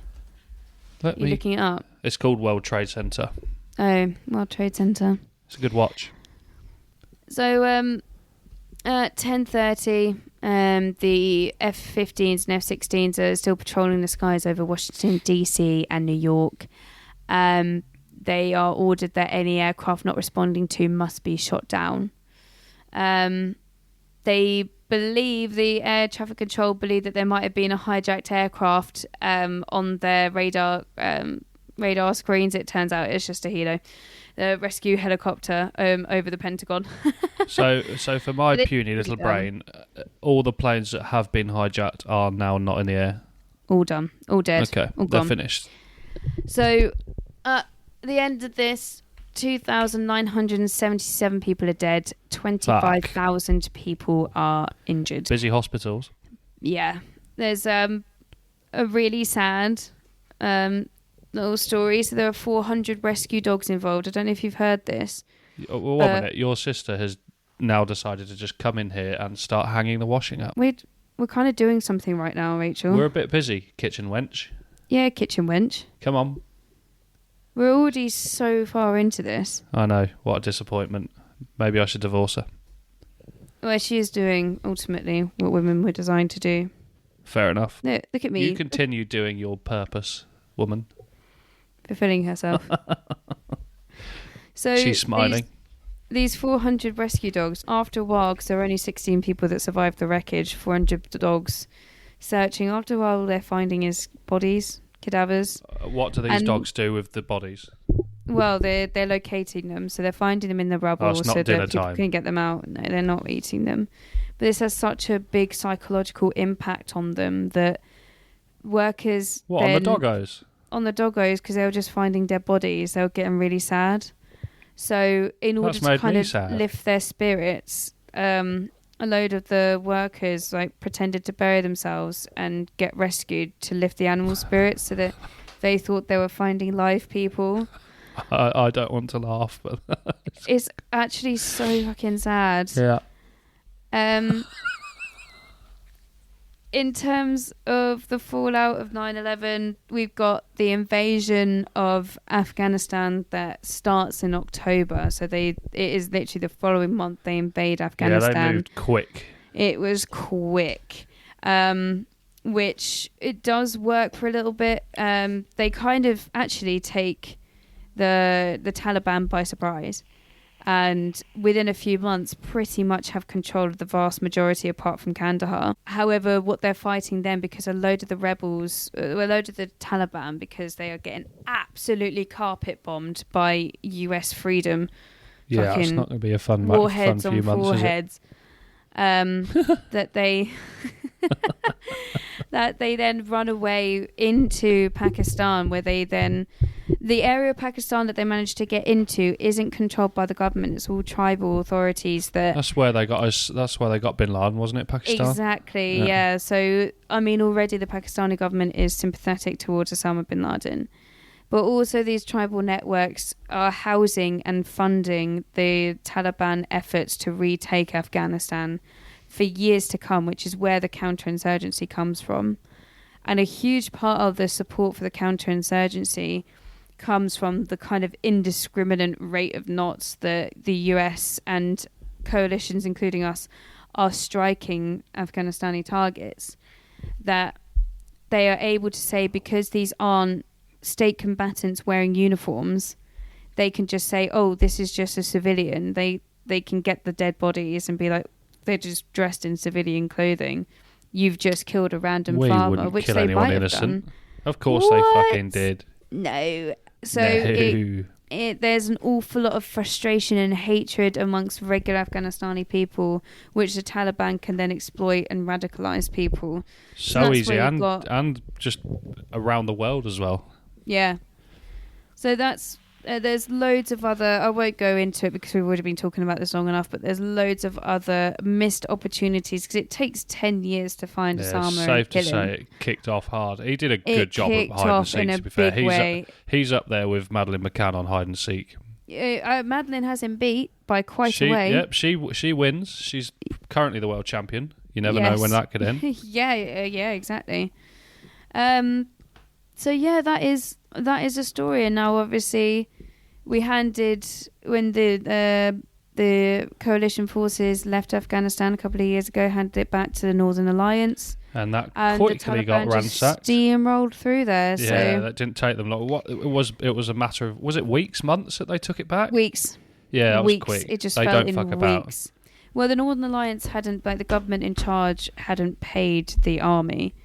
So the army were facing the Taliban, who would kill you and your entire family if you crossed them. Or the government that was falling apart and didn't have any money, hadn't been paid in months. It's kind of what's good. The choice there? The US had left all of their equipment behind because it was easier to leave it behind. It costs a lot less money than to send it back.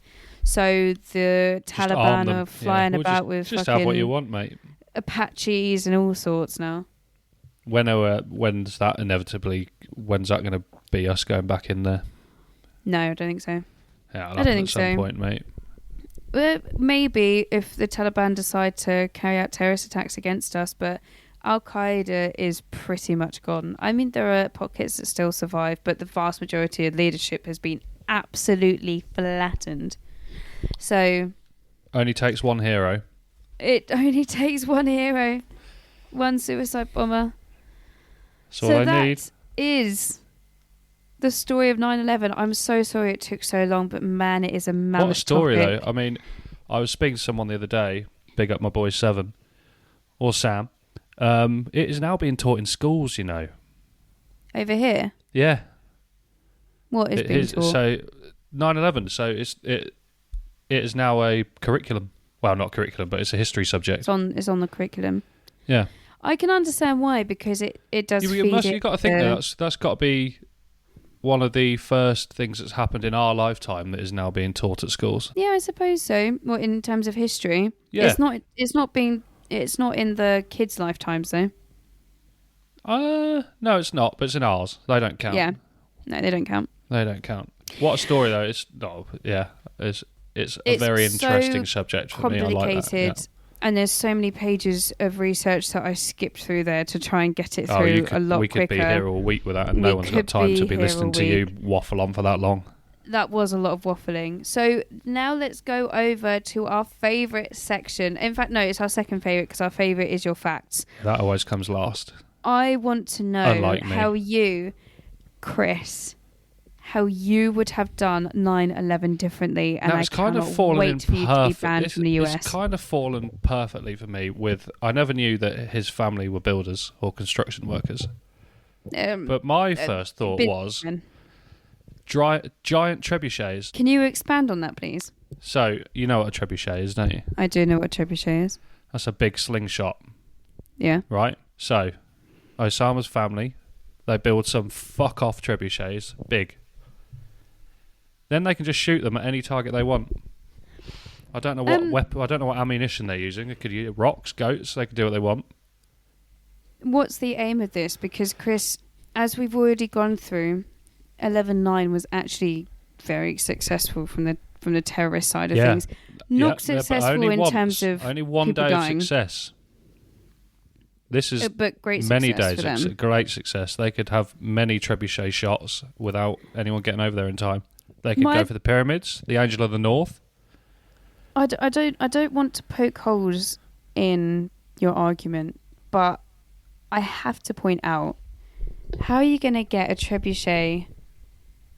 Is this going to be like a Trojan horse situation? No, it stays in Afghan. They're firing them from there. It's that big. Right. Okay, so we've got intercontinental ballistic trebuchets. Yeah, and they can shoot whatever they want. Nukes. Right. Planes. So we're taking modern equipment like missiles and planes. No trebuchet's coming up on a radar, is it? Medieval technology. Yep. From what, the 13th century? Yeah, I don't know. 12th century? Don't call me up on that. Perfect. You can't track it, mate, unless you check the satellite radars. But that's you just also ignore can't that. aim it. So is this just like indiscriminate fucking fatwa Why against can't you everyone? aim it? There's no way you can aim. They know the coordinates. They type them in the computer. It is modernised. It's a modernised trebuchet. Right. It's not like... Okay, so what you're talking about is a missile launcher. Yeah, but it pretty much... But Chris, it's cooler if it's a trebuchet, right? A trebuchet? Why is it cooler? I love that you've looked at 11.9 and you've said, do you know what's missing here? Cool. Trebuchet, 100%. It was a bit of a pussy way of doing it, really. They're missing medieval fighting power. Those 70 virgins are not going to want them if they found out that they're just plain enthusiasts. They're just virgins they wouldn't get their themselves. virgins either, would they? It's not suicide. Right, so you strap someone onto this goat. Yes. Launching the goat. Flying Goat Man is off. Flying Goat Man, slingshot across the world, somehow making it well, he's in control. all the way over to the States. And it's just one man and his goat against the White House. Imagine you're sat on the Just 90th floor of the Twin Towers and a man and a goat. Just a volley of men and goats flying between the 93rd and 99th floor. Just all coming through the window, splashing everywhere. What about... liquidating themselves as they fly in. Like a rogue bird. So cool points then. I think it would work. Yeah. Some other side points. Everyone could have been taught how to skydive. Well, again, we say suicide. This is civilians. Okay, yeah. So then they just rip open the emergency exit. Yeah, I feel like if you're on floors 20 and above, you don't want to skydive from the 20th floor. You'd die, wouldn't you? No, that's actually maybe a good shout. Base jumping. Do Exactly. some more base jumping. And just have some parachutes on the roof. You don't even have to be trained on it. You'd rather take that. Because otherwise you're burning to death or falling to your death. You might as well give it a shot. Yep. It's like that guy. Have you seen that video of that guy who in the 20s petitioned the authorities in Paris to allow him to jump off of the Eiffel Tower, not even the top of the Eiffel Tower, the lowest floor of it, in his homemade flying suit. People are mad. Have you seen this? No, I haven't. I will watch it. This is in the 20s, and he gets up and it's all videoed, and it just doesn't deploy correctly, and he just falls to his death. Oh. And there's this huge crater in the ground, and he's just dead. Have you heard of Felix Baumgartner before? Oh yeah, he's dead. Just died, hasn't he? Yeah. The man that jumped from space. Yeah. Died in a paragliding accident. Doing what he loved. That's a weak way to go, though. After what you've done to die in a paragliding accident. I don't think it is. That's like him going to Valhalla. Like he died doing, like, do you know what I mean? That was his sacrifice. Yeah. The Vikings valued being a warrior and war and fighting above all else. Felix, whatever his name is, valued jumping from heights. Baumgartner. He used to trim up the bum. I'm out. No. He's trimming bums in heaven, man. Threw up my brother Felix. So trebuchets and skydiving, parachutes / skydiving for the people in the towers. Even the people in the planes. Yeah. I thought that as well. Quickly just hop like out. fuck it. See if we can open this door. We will probably die, but at least we might as well at least try. No, but I think that's good. You'd rather give it a go, right? Also, I feel like if the passengers, say if it wasn't such an early morning flight, or if the passengers had just been British and had just got absolutely fucked in the airport in the Wetherspoons beforehand, Oh, mate, a little bit of Dutch courage might have gone a long way. Mate, just get some Burnley fans in or something. They wouldn't have lasted 2 minutes in that plane. Millwall, Burnley, whatever. Yeah. West Ham. Headbutts everywhere. Get the boys in. Tell them they'll get Oasis tickets if they take out these 4 hijackers. And I'm telling you, that plane would be on the ground in no time. And maybe some glass beer bottles would have been good as well. Just smash them and then you've got a knife. Yeah, it's just health and safety gone mad, really, isn't it? Yeah. But it's just kind of gone full circle. Carry a tool at all times. I think 4 that's inches. actually one of the most successful. Yeah, 4 inches. I think that 4 inches is huge from what I've heard. Mate, honestly, fucking massive. The women, it is big. Huge. Big. So I think that is the most successful. How would you have done it differently in Backseat Historian history? Think the only reason it is because it's the only one I've actually done. I did tell you to actually think about it beforehand. Otherwise, I just kind of, the first one, I was like, I've got to save this somehow. The second one, I kind of thought a little bit about it. This one, I didn't think about it at all because I was like, this is a fucking minefield. So I'll let you lead the way and then we can Trebuchets. Trebuchets. It's a trebuchet field. Excellent. Right, on to the final section. Chris's facts. Our fact hunt. Do you want another confectionery one first or do you want to save that till last? I want the confectionery now, please. How many Hershey bars, that's very American, do you think you could fit in each of the towers? Go on. You got a guess. 200 billion. That's a lot, Now you're way off. 33.4 billion. A lot of chocolate. That's a lot of chocolate. I bet the Americans consume that on the daily, to be fair. It's shit chocolate as well. Have you tried Hershey's? Oh, American chocolate's weak, mate. It tastes like vomit. How do they get so fat when their food is so shit? It's because of the amount of shit in the food. It's because it is so shit. Who enjoys that though? Fat people, Americans. I guess. Yeah, fair enough. Yeah. The rest aren't really as fun, but they're just facts, Like Mark, do you know Mark Wahlberg was originally booked on Flight 11? I did not know that. Yeah, he Are you cancelled his ticket joking? the day before the attacks. He cancelled his ticket. Oh my god! Did he know about it? Marky Mark and the boys. Have we ever looked into this? I He did hates fact Jewish check people. Oh, Fuck. maybe there was some Jews on the plane. Fuck. So do we know why he cancelled? No, I didn't look that much into it, mate. Oh my god. That Marky is Mark. a fucking revelation. It's a good What's fact, the that, isn't it? next fact? The BBC reported that the tower, Building 7, had collapsed 20 minutes before it actually did. Oh, and I'm guessing that wasn't saying, the North Tower collapsed, confusing it for the South one, because that went first. Well, I don't know. Which tower? World Trend, I don't know, Building 7 is all I've got. What does that mean? Okay. I don't know. I just know them by North and South. Sorry, I don't know that. Okay. I'm going to go with North. Okay. Yeah, because if it was the North one, that was the second one to collapse. So it might just be that they... South. Yeah. South is the first. Just to feed into the conspiracy, Yeah. Well, Bush had been that's on the not phone. surprising. If there's going to be a delay, people aren't going to be in direct communications, whatever. Maybe. Or maybe the British are in on it logically. too.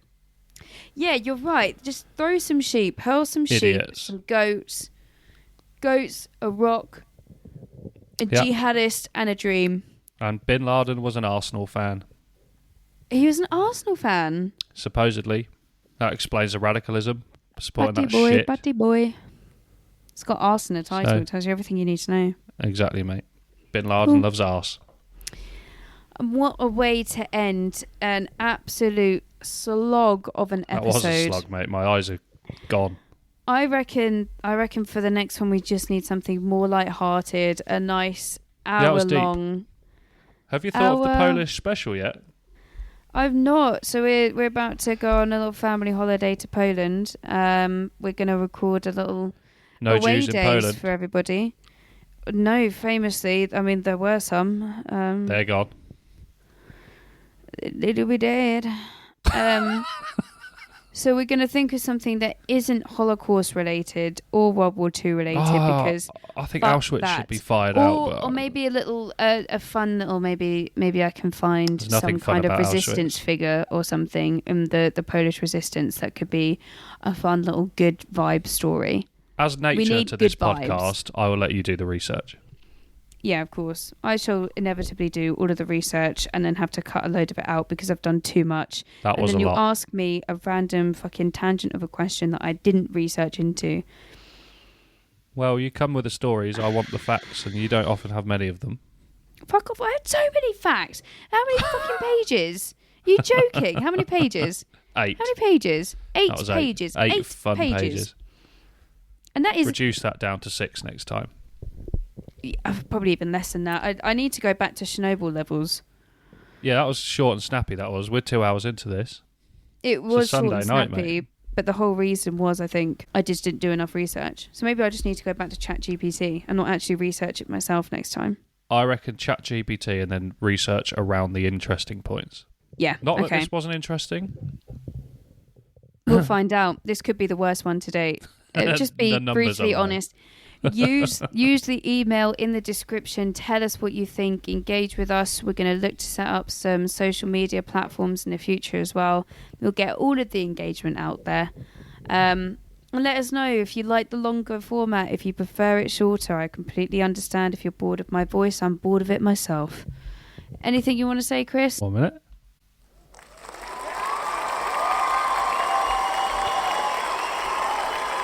The crowd fucking love it, mate. That's all I'm going to say. They do. Exactly. They're here for it. That's Discord. I feel like they're just along for the ride now, you know. Yeah, I hope so. It's good bedtime material. You just listen to you and fall asleep. The monotonous drone of my voice. I'm sorry. I'm sorry, everyone. Okay. Nah, I'm going to neck this White Claw and then it's time to read, I think. All right. Well, thank you, everyone, and good night. Peace out, home dogs.